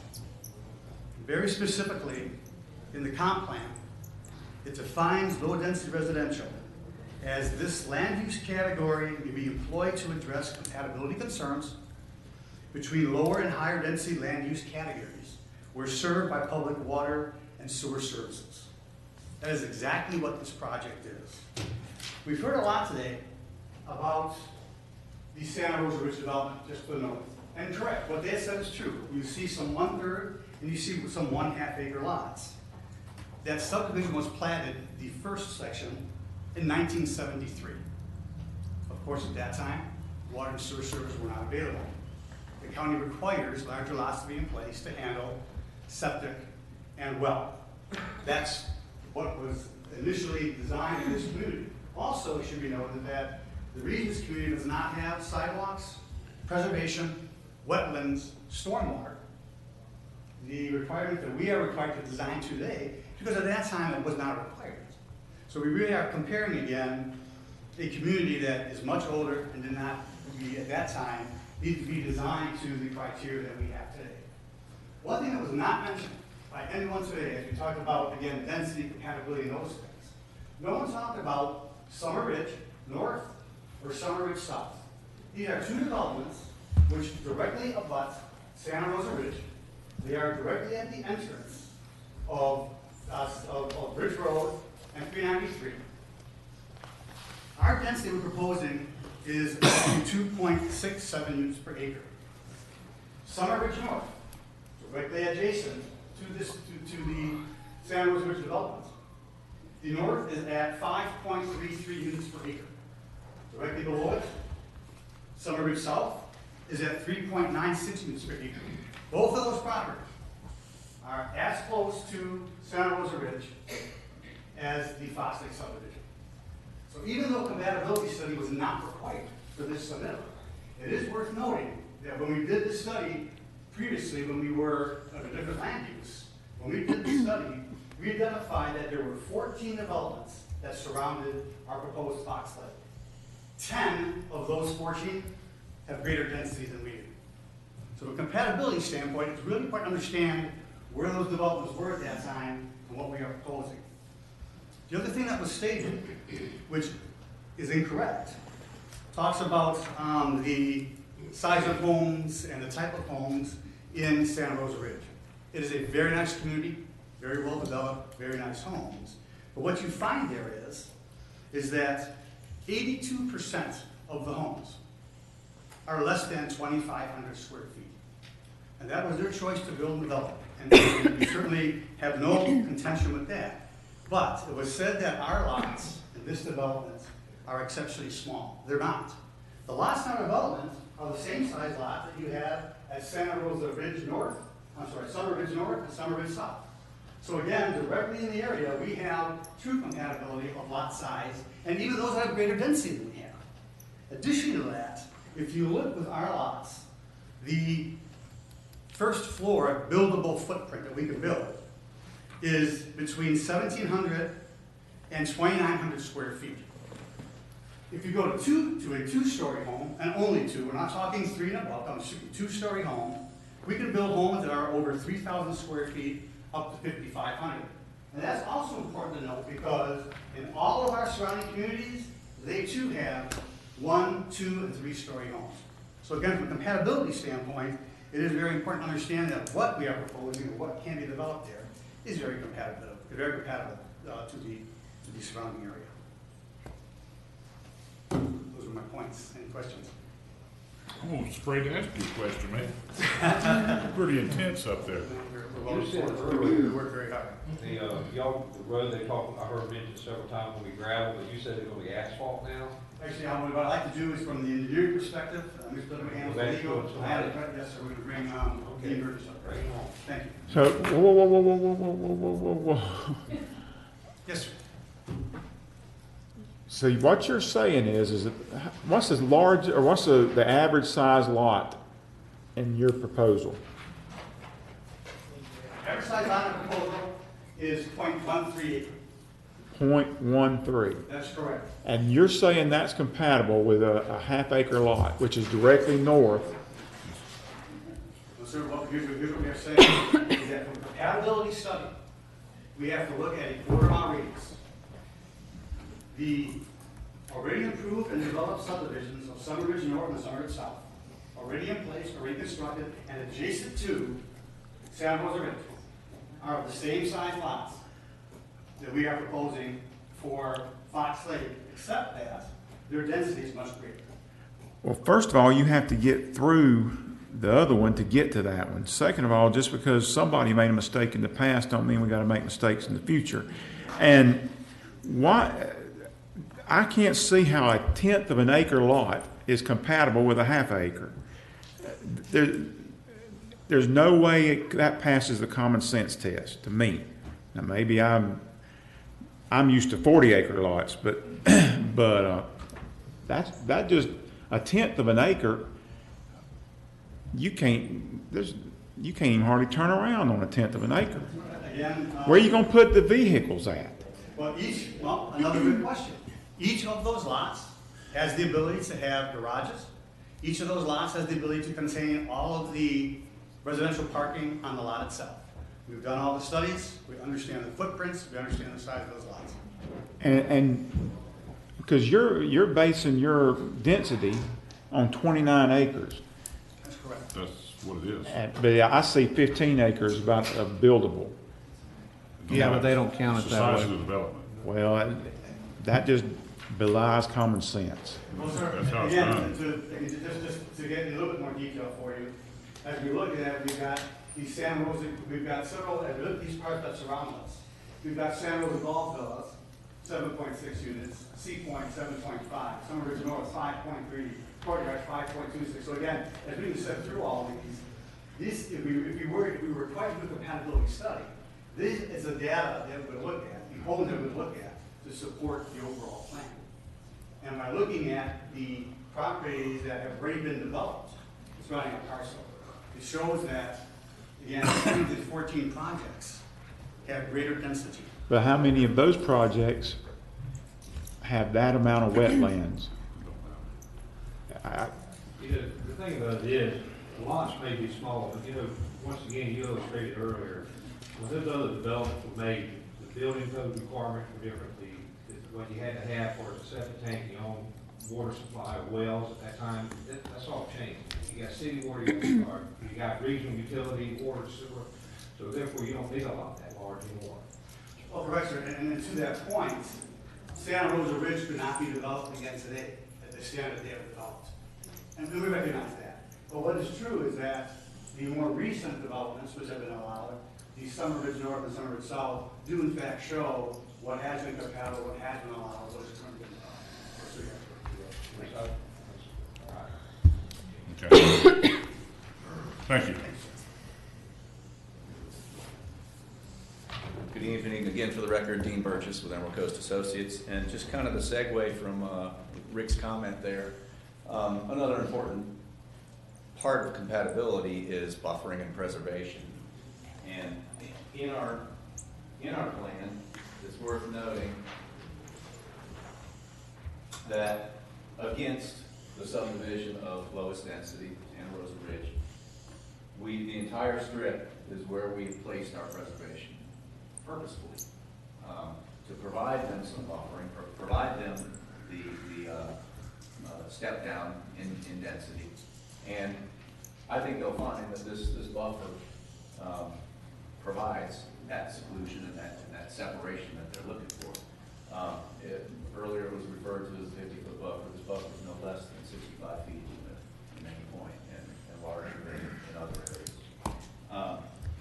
That's one of the topics that I was going to discuss was preservation, and specifically what was her name? Ms. Behan's lot here. I think she said she was lot 18. 12. Sorry, here. So this buffer, this preservation area that also serves as a enhanced buffer will be left intact. There's going to be no clearing of these trees. The lots do not extend into the preservation. This is all in common area. These lot owners don't own this preservation. It's in common area, will be maintained and kept in perpetuity as preservation area by the association for the neighborhood. Going back a bit to Rita's comments, I think it's important for me to address the fire department had a couple of questions in your staff report. We met with Sammy Sanchez prior to the last planning commission meeting. His area of concern was right in this bend here, which of course is in the county right-of-way easements that we had to design our roads within. We have expanded that to a 50-foot right-of-way. We provided a auto turn analysis to demonstrate that his largest truck will negotiate that turn. He was satisfied with that, as well as this little roundabout area on the south end. He asked that we do not tree that. We can have, flowers and shrubbery and so forth, but if he needs to get to a fire, he needs to take that stuff out. And if he needs to run over it, he has to be able to run over it. And we don't have any objection to that, and we are more than willing to make that stipulation. Additionally, that internal curving, we changed from an F curve to an E curve, which is a mountable curve. That met with his satisfaction as well. So the fire comments have been addressed, and I'd be more than happy if that were included in a motion that those fire comments be addressed in this manner. What we've done is kind of broken it into topics rather than going name by name by each of the folks that spoke. Reason for that is there was a lot of repeat comments, so we're addressing it more by topic. Secondary road was something that we were asked to address. How does this road to the south, what makes it a secondary road? And that also ties into your question. This will be paved from Allen Loop Road to this intersection where it turns north. That will all be expanded and paved. Where it turns north to our project will be gravel. And again, that's purposeful. The idea, in order to keep our traffic to 40% or less and make it a secondary road, gravel is something somewhat of a deterrent. People aren't going to want to drive through a gravel road unless they're taking a golf cart to the beach, going to the view for dinner or lunch, and on occasion taking their car if they want to get to 30A. But that's the idea behind the secondary access is folks going to work, every day will come down 393 and use the paved access, and the gravel road is intended to slow traffic down and maintain that secondary nature of the access. And just quickly, while you're on that, because I think another part of this question was, what happens if that don't prove to be true? If that gravel road is much more heavily used than 40%? If that occurs, I think a lot of the concern was actually from the north here, and less traffic is going to the north. I don't know that we could really control that. I think it's an accurate estimate at 40%. And again, it being gravel, I think will keep people from using it if they don't need to, or if that's not specifically the direction that they're going. What about the landowners to the right of the road, those government areas that we were hearing earlier? When they go to develop their piece of property, what are they doing there? How that gravel road going to affect them and the traffic being on it then? I can't really speak to that. I don't know what their site plan is. It's very possible that, as these get developed, this road may become paved. What we've called out as gravel may become paved. I don't really have any control over that. All we can do is design for the intents and outcome of our intents of this subdivision. But when y'all have input on it, if it's a private road and y'all gonna maintain it, I mean, that would give you input on that road, or how it could be developed at a later date. I don't know that our agreement allows us to stipulate anything, us specifically. The golf course would have to negotiate what happens to that road. I could address that point, variance if you want me to. No, it's not necessary. I'm just trying to wrap my head around, once the gravel road is put in, and then the people who own the land adjacent to y'all, if they start developing their land, how are they going to, They're they gonna have to deal with that. renegotiate another deal with country club, how's that gonna affect y'all? I mean, right now y'all working together. Yeah, and I, And y'all would, I think that it, let me get my. didn't you say earlier that y'all wanna maintain the road? Is that not correct? Yes, sir, I think we're talking about two different roads though, and let's, that's why I wanted to bring this back up, to make sure, again, let me be mindful of the public here. So again, I think the two different roads, can you see it, sir? Yeah, I'm good. All right, so the government easement is in yellow, right? That's what the easement is. It comes down here. This is the secondary road that is the gravel road. This is Bunker Place, and Bunker Place is the private access road, which will be paved and which the golf course controls. So that's the agreement that private easement. Now, county, as we've talked about, the county controls the traffic and the roads, which are government roads. This development is putting in secondary road along a portion of those to make connection because we have private access here. What the county does in the future to the county government access road would be the county's prerogative. For instance, for potentially however they want to handle it. So your question was, well, what happens with these folks? Again, these folks, as you see in yellow, these are in common ownership. So the question is, how do these get out? And of course, they can use the private easement, and then the government easement. And then the question is, correctly, they would have to have permission from the country club to do that. You heard Mr. Schoonover address that as to how that would work. They understand that would be a future agreement that they would have to have. Who's supposed to maintain the gravel road? That is maintained by the association, by this project. That project is gonna be built, and that would be part of that maintenance. But the easement belongs to the county. That's right. That's right. And y'all gonna maintain it under stipulations of the public works? Right, this portion, which is the government access, that will be installed and part of this agreement. And what happens with this one, that would have to be part of their approval process. And that would be part of their use. And they may, I would assume they would use that. That would be part of theirs. Has Public Works said that, what's their opinion of this gravel road on an 18-foot gravel road? I don't think the county does such as that. It's been reviewed by Public Works and approved.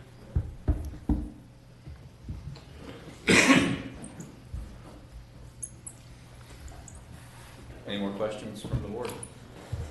I was going to continue. I've got some more topics to go over. You go ahead and continue. All right. Next topic was drainage, and drainage is kind of divided into two categories.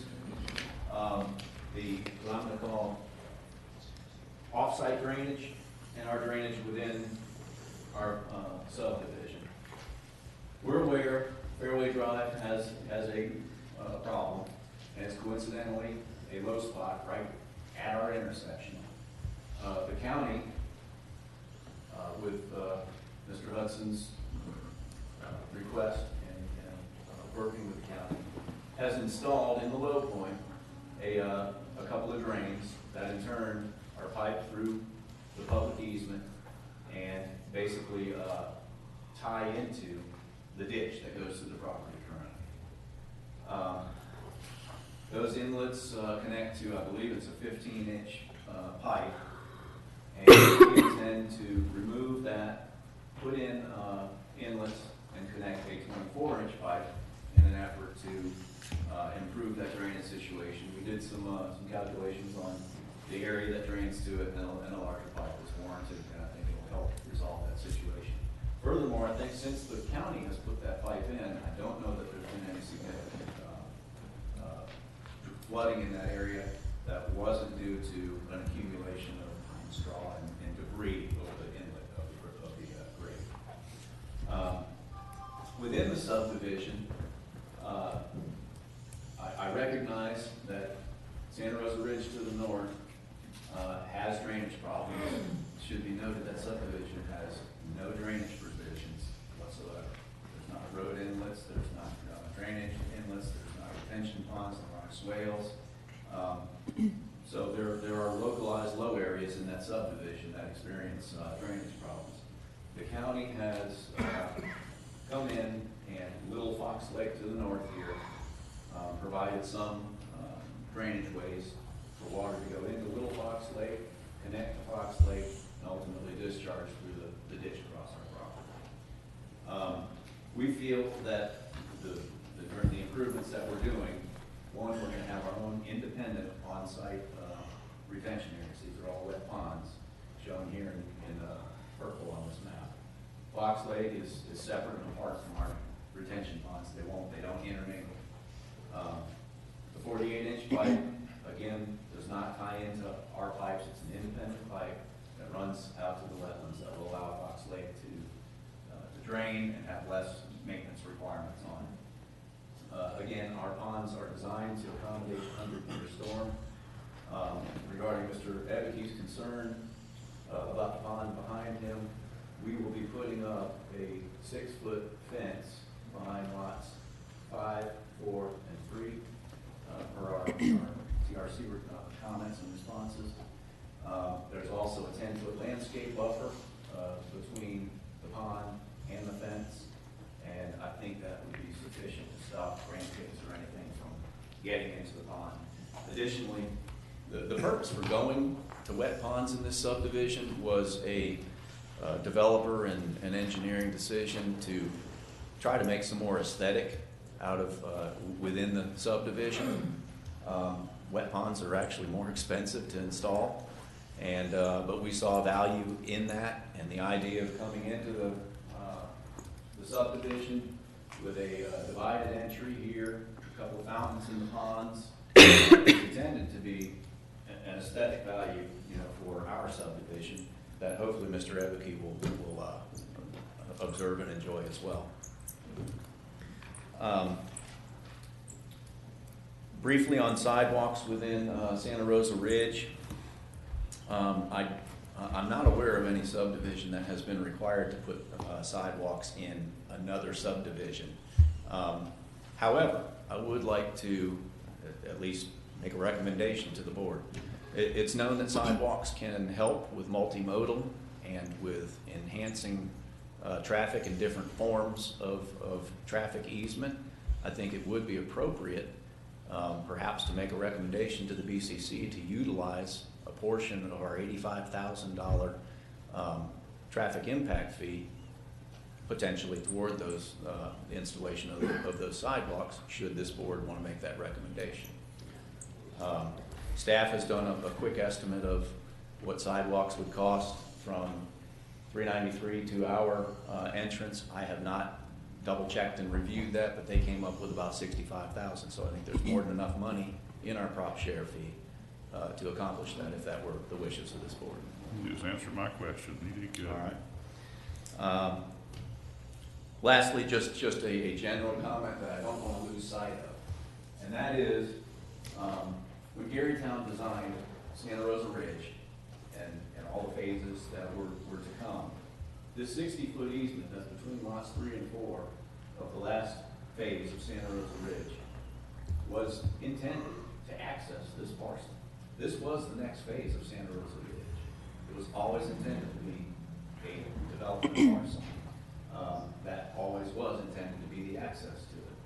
I think we've done a good job. I think most municipalities seek to have more than one access to a development.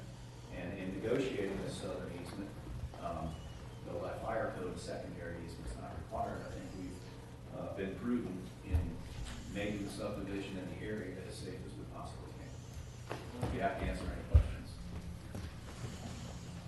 In the case of an emergency, is there anything in those covenants to open those gates to allow the people to the north to get out? We have already agreed with the fire department that all gates will be on their emergency vehicle frequency that they'll be able to open in the event of an emergency, hurricane, fire. Both gates would be be able to be opened. Can you tell me, you say 40% of the vehicles are gonna come out the south? Excuse me, I must stop there. That's fine. What is the number of vehicles 40% is? I would have to go, to give you an accurate number, I'd have to go back to our traffic analysis. What's 100%? Ballpark, I believe it was around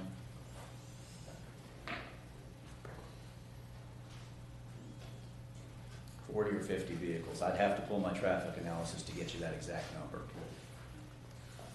Yeah, in peak hour vehicles.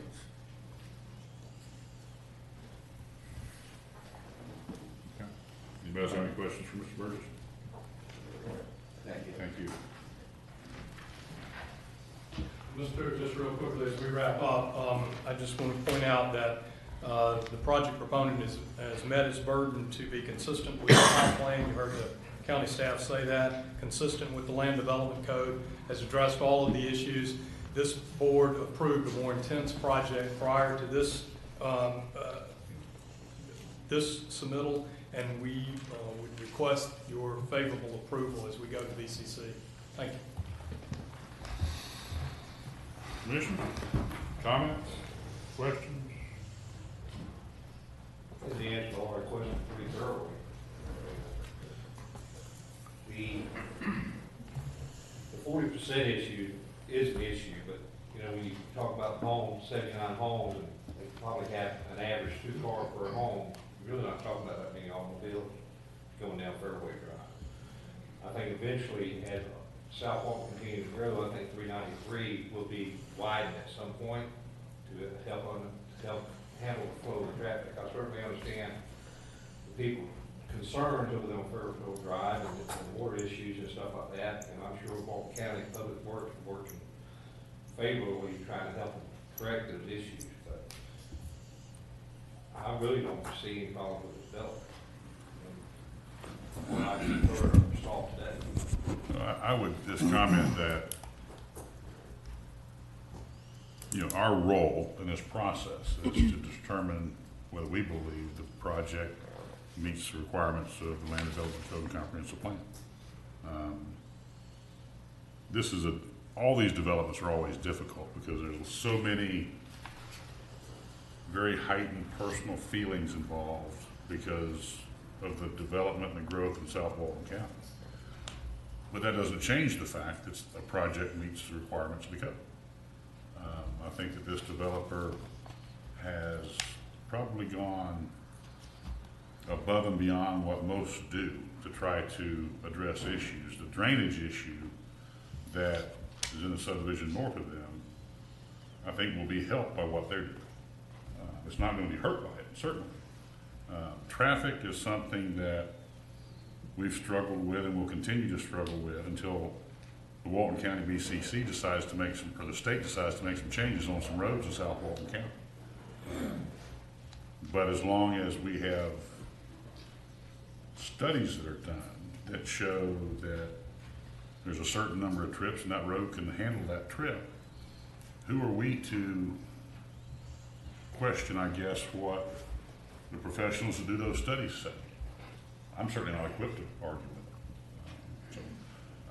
While I certainly hear the concern of the residents, I also understand that there's probably nothing that could be built in that neighborhood that's going to satisfy them. And I think that this developer has gone to great lengths to try to alleviate as many concerns as possible.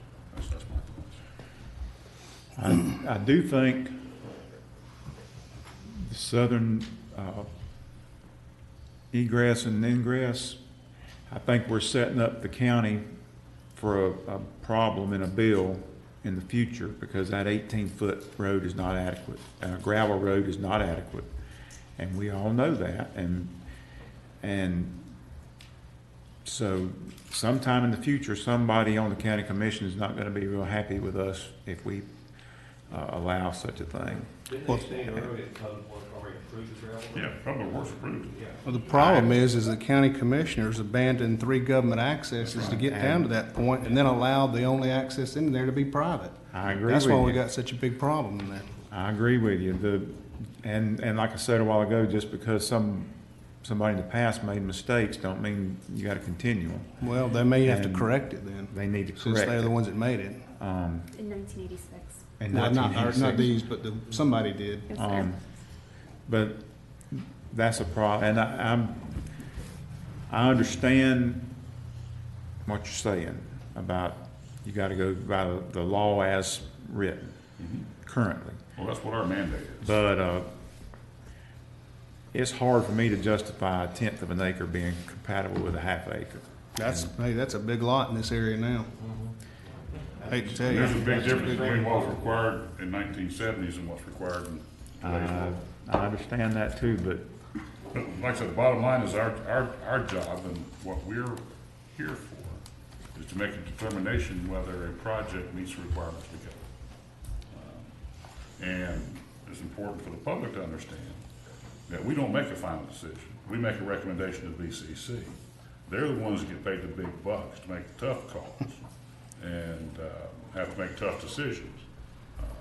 Our decisions ultimately, when you boil it down, are not that difficult because the code says what the code says. That, my 2 cents. Does that mean we're ready for a vote then? Whenever you're ready. Need a motion? Need a motion? I'll make a motion that we approve it. Are there any conditions you want to put on that motion? I think we'll put conditions on that. Danny mentioned earlier about the gates. I think you mentioned something about putting stipulation in there for that. Right, so I guess we would just make it clear that there's no abandonment of government lots 8 and 9, and that the gate at the south end of government lot 9 could be removed by the county at any time. Is that it, Mr. Anderson? That sounds good. I'd also like to see something in there about the buyout money being used for sidewalks in Santa Rosa Ridge. I think that would be an important recommendation that we can make to try to get the BCC to recognize the need for those sidewalks to be put in place and get them paid for by this developer in a roundabout way. I know that one of the questions was asked for us to limit access along one of those government roads to walking and golf carts. I don't think we can limit government deeded accesses. So, Yes, sir. I mean, that's accurate. okay, that's what I thought. That's what I wanted to Well, make is sure that we. condition okay with you? I'm fine with that condition you did comment about. Okay. And Mr. Hudson had some, they had mentioned that they were gonna put some things in there on that entrance going in that they had agreed to. And wanna make sure those are in there too. Is that the gate would be 75 feet south of his? Yes, Right. Center Road and stuff like that. Whatever those agreements were. Yeah. And so for 75 feet south of Mr. Hudson's lot. Whatever his agreement with the bank was. I think he had his hand up to make sure we Yes, understood. the road centered, stormwater and buffering. Right. I think they were all in there. That's not it? Okay, Bob, I'm gonna ask you to step up and answer that question for us. We can get our motion correct. The three things that were in the easement and usage agreement that I have with the bank are covered within their plan. Okay, so we, That has the 75-foot centering of the Okay. road and okay. buffer and things of that nature. The two things that are not in there at this point in time, because I was told that those could not be mandated, they had to be, I guess you could say, recommended at the point in time the development came through, was number one. Our concern is, once this project stops, we have no access to our home. Oh, yeah. And so when I discussed this with, first of all, Gus Andrews, and then ultimately later with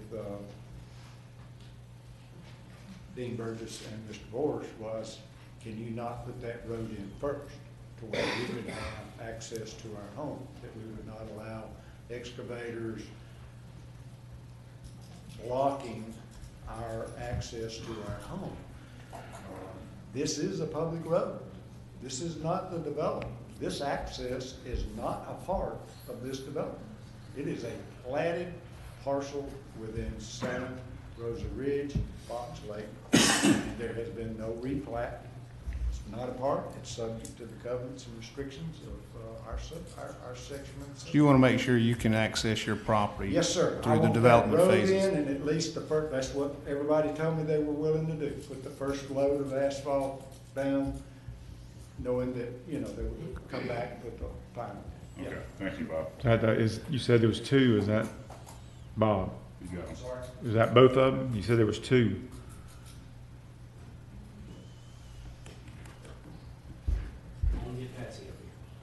I'm sorry, I'm drawing a blank right now. Oh, I didn't mention it because I think it's something that I can work out with Dean. At the last technical review committee, I wanted a buffer behind my home of Leland cypresses. Mr. Becky wanted a buffer of a fence. He had stated that he would meet with us. He did not meet with us. He just made, because I sent an email that basically said, I either want Leland cypress or I want a privacy. I don't want a white fence. It stands out. We have deer that come in our backyard. We have everything else. Bob, I appreciate Yes, that. sir. We need to, thank you. Will you put those things in your motion? Well, I don't think he can. How can you Oh. tell one section cypress, one? No, I don't mean that. I mean the road Just part. he doesn't lose his I'm access. okay with putting that in my motion, to have access to his home by all means. At the start of the development. Okay. Anything else? Does that conclude your motion? We have a second. Does anybody know what they're seconding? I'll be honest with you, I'm a little lost. I need to get Karen to, or someone to Do you want me read to, back what we're okay, doing. I'll try. The motion's to approve with the following recommendations. So, no abandonment of the rights of way within government lots 8 and 9, and the fence, or I'm sorry, the gate at the southern end of government lot 9 can be removed by the county at its discretion. And then maintain the access to the Hudson's home through the construction. And the funding. Sidewalk. Funding for Right. sidewalks. And that the proportionate fair share money be used for a sidewalk in, what's the name of Sunrise the? Ridge, or down Fairway Drive. Down all the way Fairway to Drive. 393. Is that right? All the way to Yeah, 393? yes, that's correct. Well, now Fairway Drive pops down the Ridge Road down again. Let's just say go as far as we can. How about that? If we're gonna be technical. To 393. To 393. Well, I would second that motion. Okay. We have a motion, we have a second. Any further discussion? Karen, did you get all that? Okay. Karen, you get all that? Okay. All in favor say aye. Aye. Opposed? Motion carries. We got through 3 items. Wow. We're leaving that far. Matt, let me ask you a question. If we start this next item, are we gonna finish by 9 o'clock? Thanks a lot. Not you. Oh. I'm talking about the whole night. It's taking so long. Excuse me? At least the next item. This was normal. Okay. We get through Let's one let this item clear out. every If 2 you hours. would, please keep the noise down to a low roar. We still have business to do. The code needs to be changed. Yeah, and they need to do something with that road down there. This 4,003 accesses for that guy, and then gave him he gave him a private. It's not gonna- They got, I think that golf course was allowed to dictate who goes across at this point. No, I don't like. I Do don't what like now? any of that. Do you think we can finish it? Yeah, Mr. Stewart, I'm sorry, I guess for the others that we have, do we want to go ahead and continue those? Well, that's my question to Mr. Carpenter. Does he think we can get through another item before 9 o'clock? We've got several attorneys though, and I know they're racking Oh, up I understand their that. bills. I understand that. And I'm trying to figure this out, and I don't wanna start something we ain't gonna be able to finish. What, are they here for the next item? Are they here for Piper's Place? No, sir. They're here for us. We continue. I know. For which one? It's 4.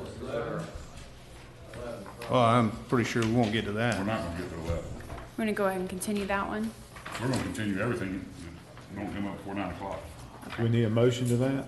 I'll make the motion, we continue everything we don't get to until 9 o'clock. Second. We weren't, set at the beginning of the meeting. Excellent, we're ready? Let's try to do what we can. All right, we're on number 5. This is Myers Park. This is Hold on 1 second before you go forward. Surely we can let the order play. Okay. It'll be the next regularly scheduled meeting, July 13th. Hey, Danny, you want to release your court order?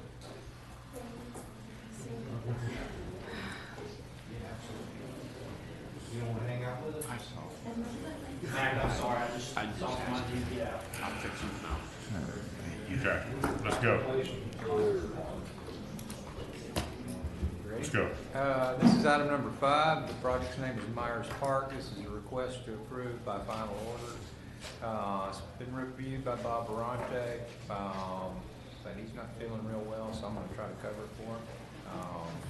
This is a request to approve to construct 7,000 square feet of commercial space on 9.75 acres with future land use and neighborhood infill. It's located on the west side of County Road 393, approximately 7/10 of a mile north of the US 98 intersection. We'd like to take this opportunity to request that the staff report be entered into the record. Accepted. And at this time, the developer's here and can tell you about his project. Thank you, Scott Jeans with Jeans Engineering. 7,000 square feet on about 10 acres. It's across the street from the Mosquito Control District office on 393 North. Be happy to answer any questions. I'll try to keep it short. I got one, Scott. Obviously, you're just doing the east portion of this property. Are they reserving the right to develop the back half later, or is it wet or what? Yeah, they're reserved right to come back later, but they just want to start on the front part. I got you, Just okay. financial reasons. Anybody have any questions for him? All right, we got none. Number 5, we have nobody signed up to speak. Is there anybody who wishes to speak on this item? Seeing none, we'll close the public portion of the hearing. Commissioners? Motion to approve. Second. We have a motion and a second. Any further discussion? All those in favor say aye. Aye. Motion carries.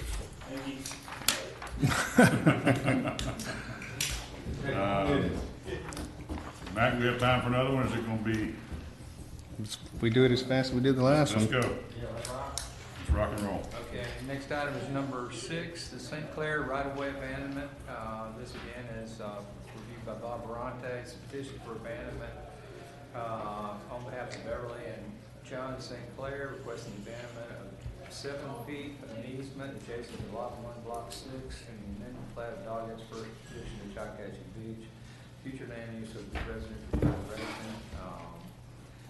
It's located near the intersection of Little Canal Drive and River Avenue. On north. Doggett? 283. Point Washington. Oh, okay. I'm on the beach. The applicant's agent, No. Dean Burgess, is here to describe the project. Okay. Good evening, members of the board. My name is Dean Burgess of Emerald Coast Associates. I have been sworn. I'm here on behalf of the owners of this particular property. They are the current owners of the property, and the purpose for this request is they are not able to get clear title on this property. What's happened in 1994, this home was built in part within the right of way. I think this photo it's in your packet, but I blew it up and I figured I'd show it to you. As you can tell, the right of way is 2.3 feet into this structure. And they can't get clear title on it. I guess they bought it, either paid cash and didn't have to get title or whatever the case was. Now they can't sell it. And they're asking not for an entire abandonment of the right of way, but just what's necessary to get the house out of the right of way. That's about a 7-foot wide strip. Their fence is 7 feet. The actual structure is as much as 2.9 feet into the right of way. But you're asking for a 7-foot wide strip. Asking for the 7, and I know your next question, can we whittle it down to 3 feet or 3.5 feet? And I would say if that's the wishes of this board, yes, as long as we can get that main structure, the fence can be reconstructed. Isn't the right of way part of the highway for maintaining the highway, looking at the drainage off the highway? There aren't any utilities within the right of way. We did check that. This is a residential street, 50-foot right of way, and there are not any utilities within the requested. Who's the right of way belongs to right now? Excuse me? The right of way for the road that's maintained by the county? It is county maintained, yes. How does the county feel about us giving away 7 feet of right of way? That's the request tonight. That's the request. Well, Mr. Anderson, that'd be up to the Board of County Commissioners. Well, I mean, we don't do it all the time, but that's not uncommon. You said the maximum intrusion into the right of way was 2.7 feet? Is that But the actual structure, including the fence? including the fence, is 7 feet. I'd say let's do 7 feet. It's not gonna, I mean, we've done it. Is there anybody signed up to speak? No. I'll make the motion we approve, what's your comments? I'll second it, and, yeah, it's a bad, but somebody messed up to let this happen, and it's not these people's fault.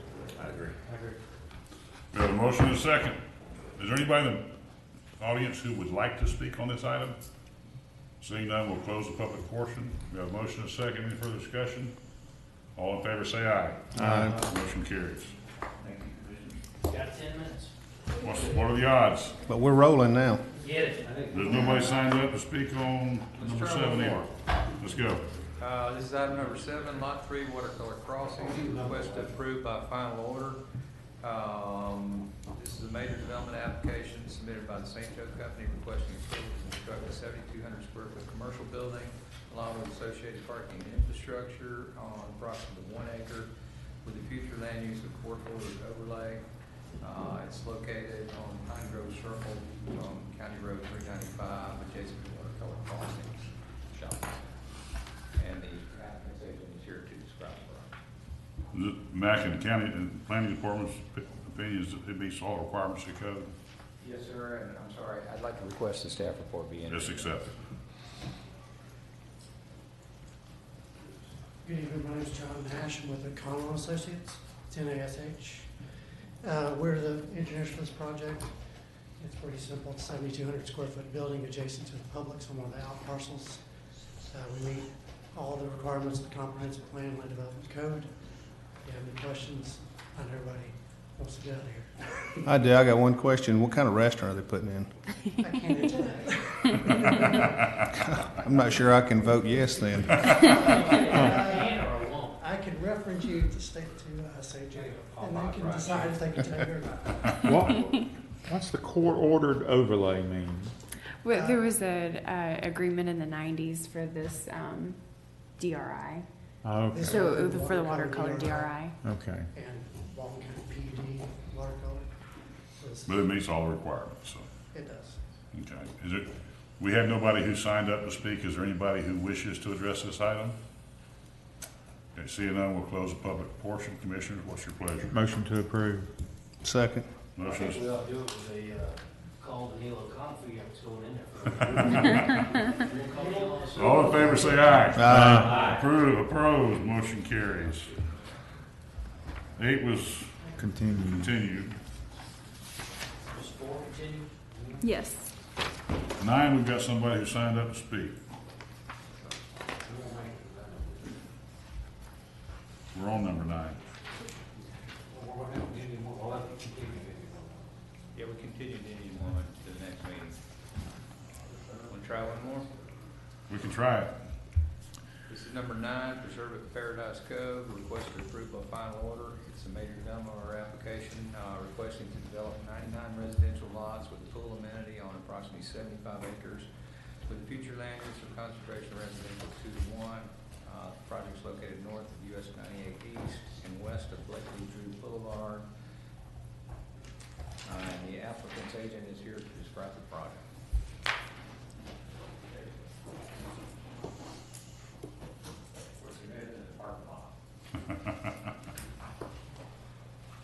Good evening, Commissioners. I'm David Smith with Inline Engineering Corporation, and as Matt presented, it's 99 single-family residential homes. Were you sworn in earlier? I have not been sworn. Okay. Thank you for asking. Do you swear or affirm the testimony you provide to this board will be the truth? I do, yes. Thank you. But in the essence of time, I would be more than happy to answer any questions that you all may have, as well as I would like to request the opportunity to address any comments from the public too, please. Okay. Thank you. Bryce Matthews?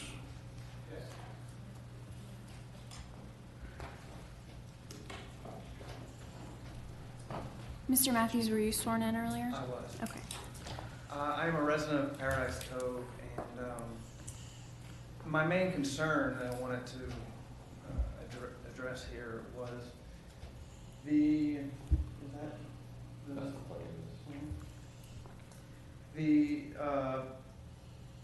development that connects to Blakely Drew Boulevard. We were wondering if, and this is something that I've brought up with the other residents. We would like to know if any of the traffic problems that the additional residents will create will be addressed with maybe a separate entrance.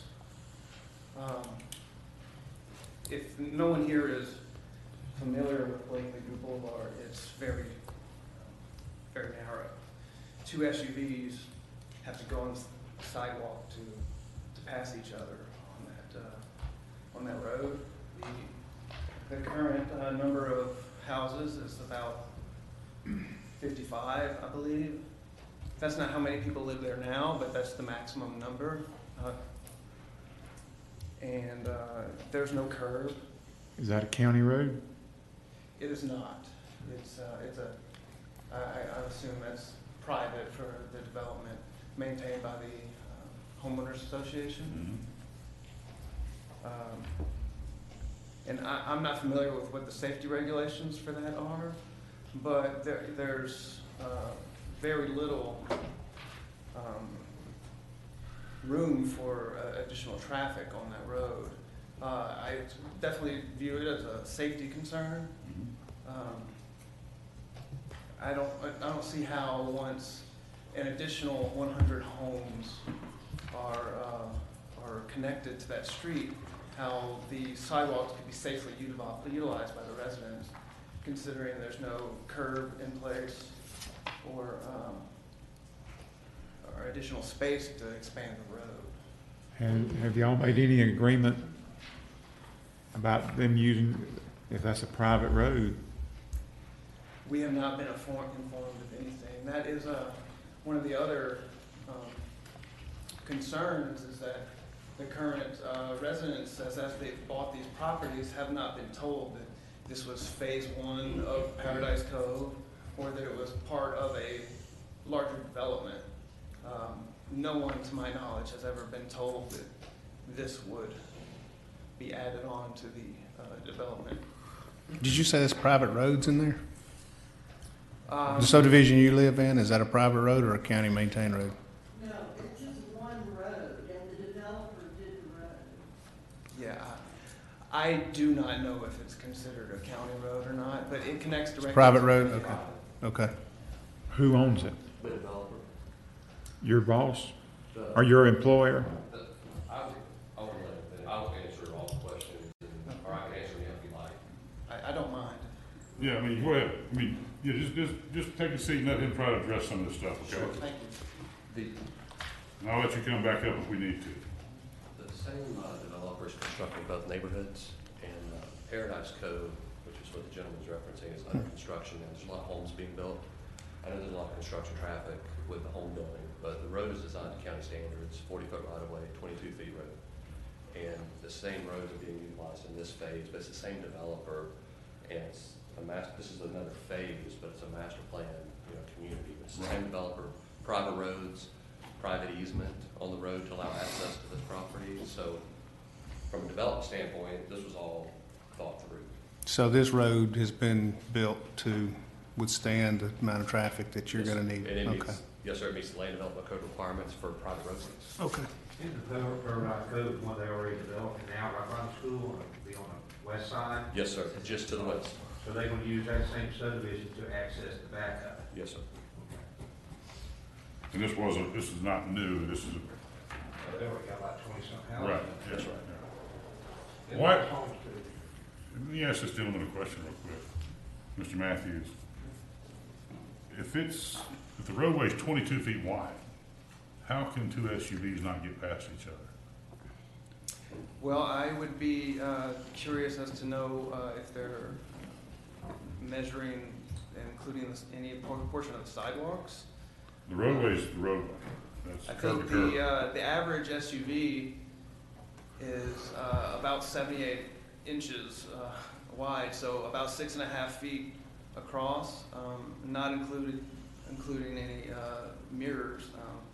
I didn't, being out of town whenever we got this letter informing us that this was going to happen a couple weeks ago, I didn't have a chance to do much research, and I'm definitely not a lawyer or an engineer. Good thing. But you know, it may pass the letter of the law, but as a parent and a resident, whenever I look at it, and I think that I would assume that anyone else would, that it doesn't seem like it's capable of handling that amount of traffic. But when you bought in there, you had no idea this was phase one. It's not on. See, I have a hard time with that because It's not on any of the drawings. I've been in the model home recently, and it's still not on any of those development drawings. And it's not technically listed as phase 2 or anything. It's listed as a separate development connecting to our road. But the fact that it's the same developer and is choosing not to have really made that readily clear to the residents feels a little wrong. that's probably not something that we can address. Right, and it may not even be technically illegal, and I'm not trying to make that accusation. No, I understand. I'm just saying, that's not something that would be within our purview. Of course, yeah. To deal with. Well, if you were here earlier, I mean, if the developer has met all the requirements of the code, we make a recommendation to the BCC. If you and other residents, if we make that recommendation to the BCC, feel like you need to address those things further, that's where you need to have some more of your people come with you. Right. To say, listen, we feel like we've been deceived or whatever it might be. Right. But if a roadway is 22 feet wide as required, then that's a lot of space for two cars to go past each other. Are there any requirements past a certain point of traffic or a load on that road where there has to be separate lanes painted or?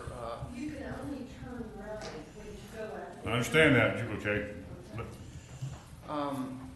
Well, and that's another thing for this development. There are no turning lanes off of Highway 98.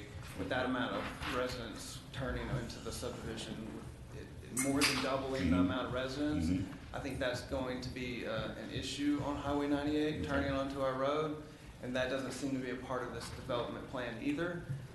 But my other question is that at what size does a development like this warrant any sort of a traffic study to be done to verify that it is actually a safe? Matt, can you answer that?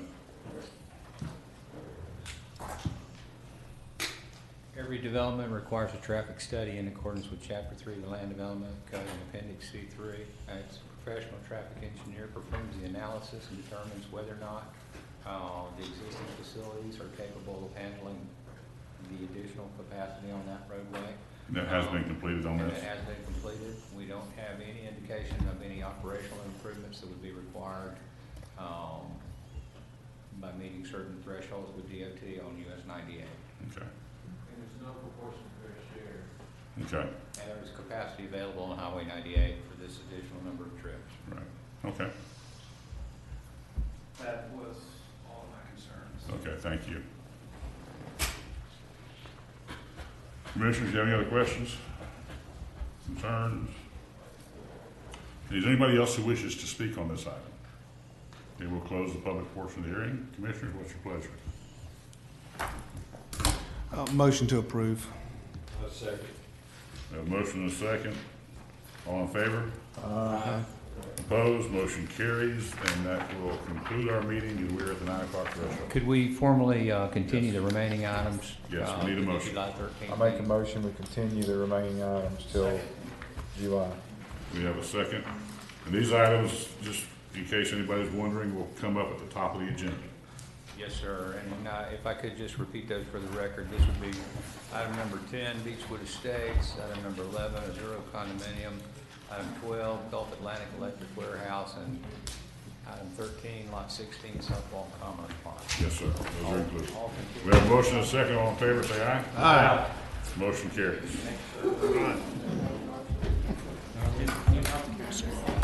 Who made that last motion? Who made that last? Who made the last motion? Who made the last motion? Oh, to continue, yeah. On the last project? Yeah. I make a motion to continue. You did? Okay. John John. did. John. Oh. Comes Lauren. I'll tell you what, brother.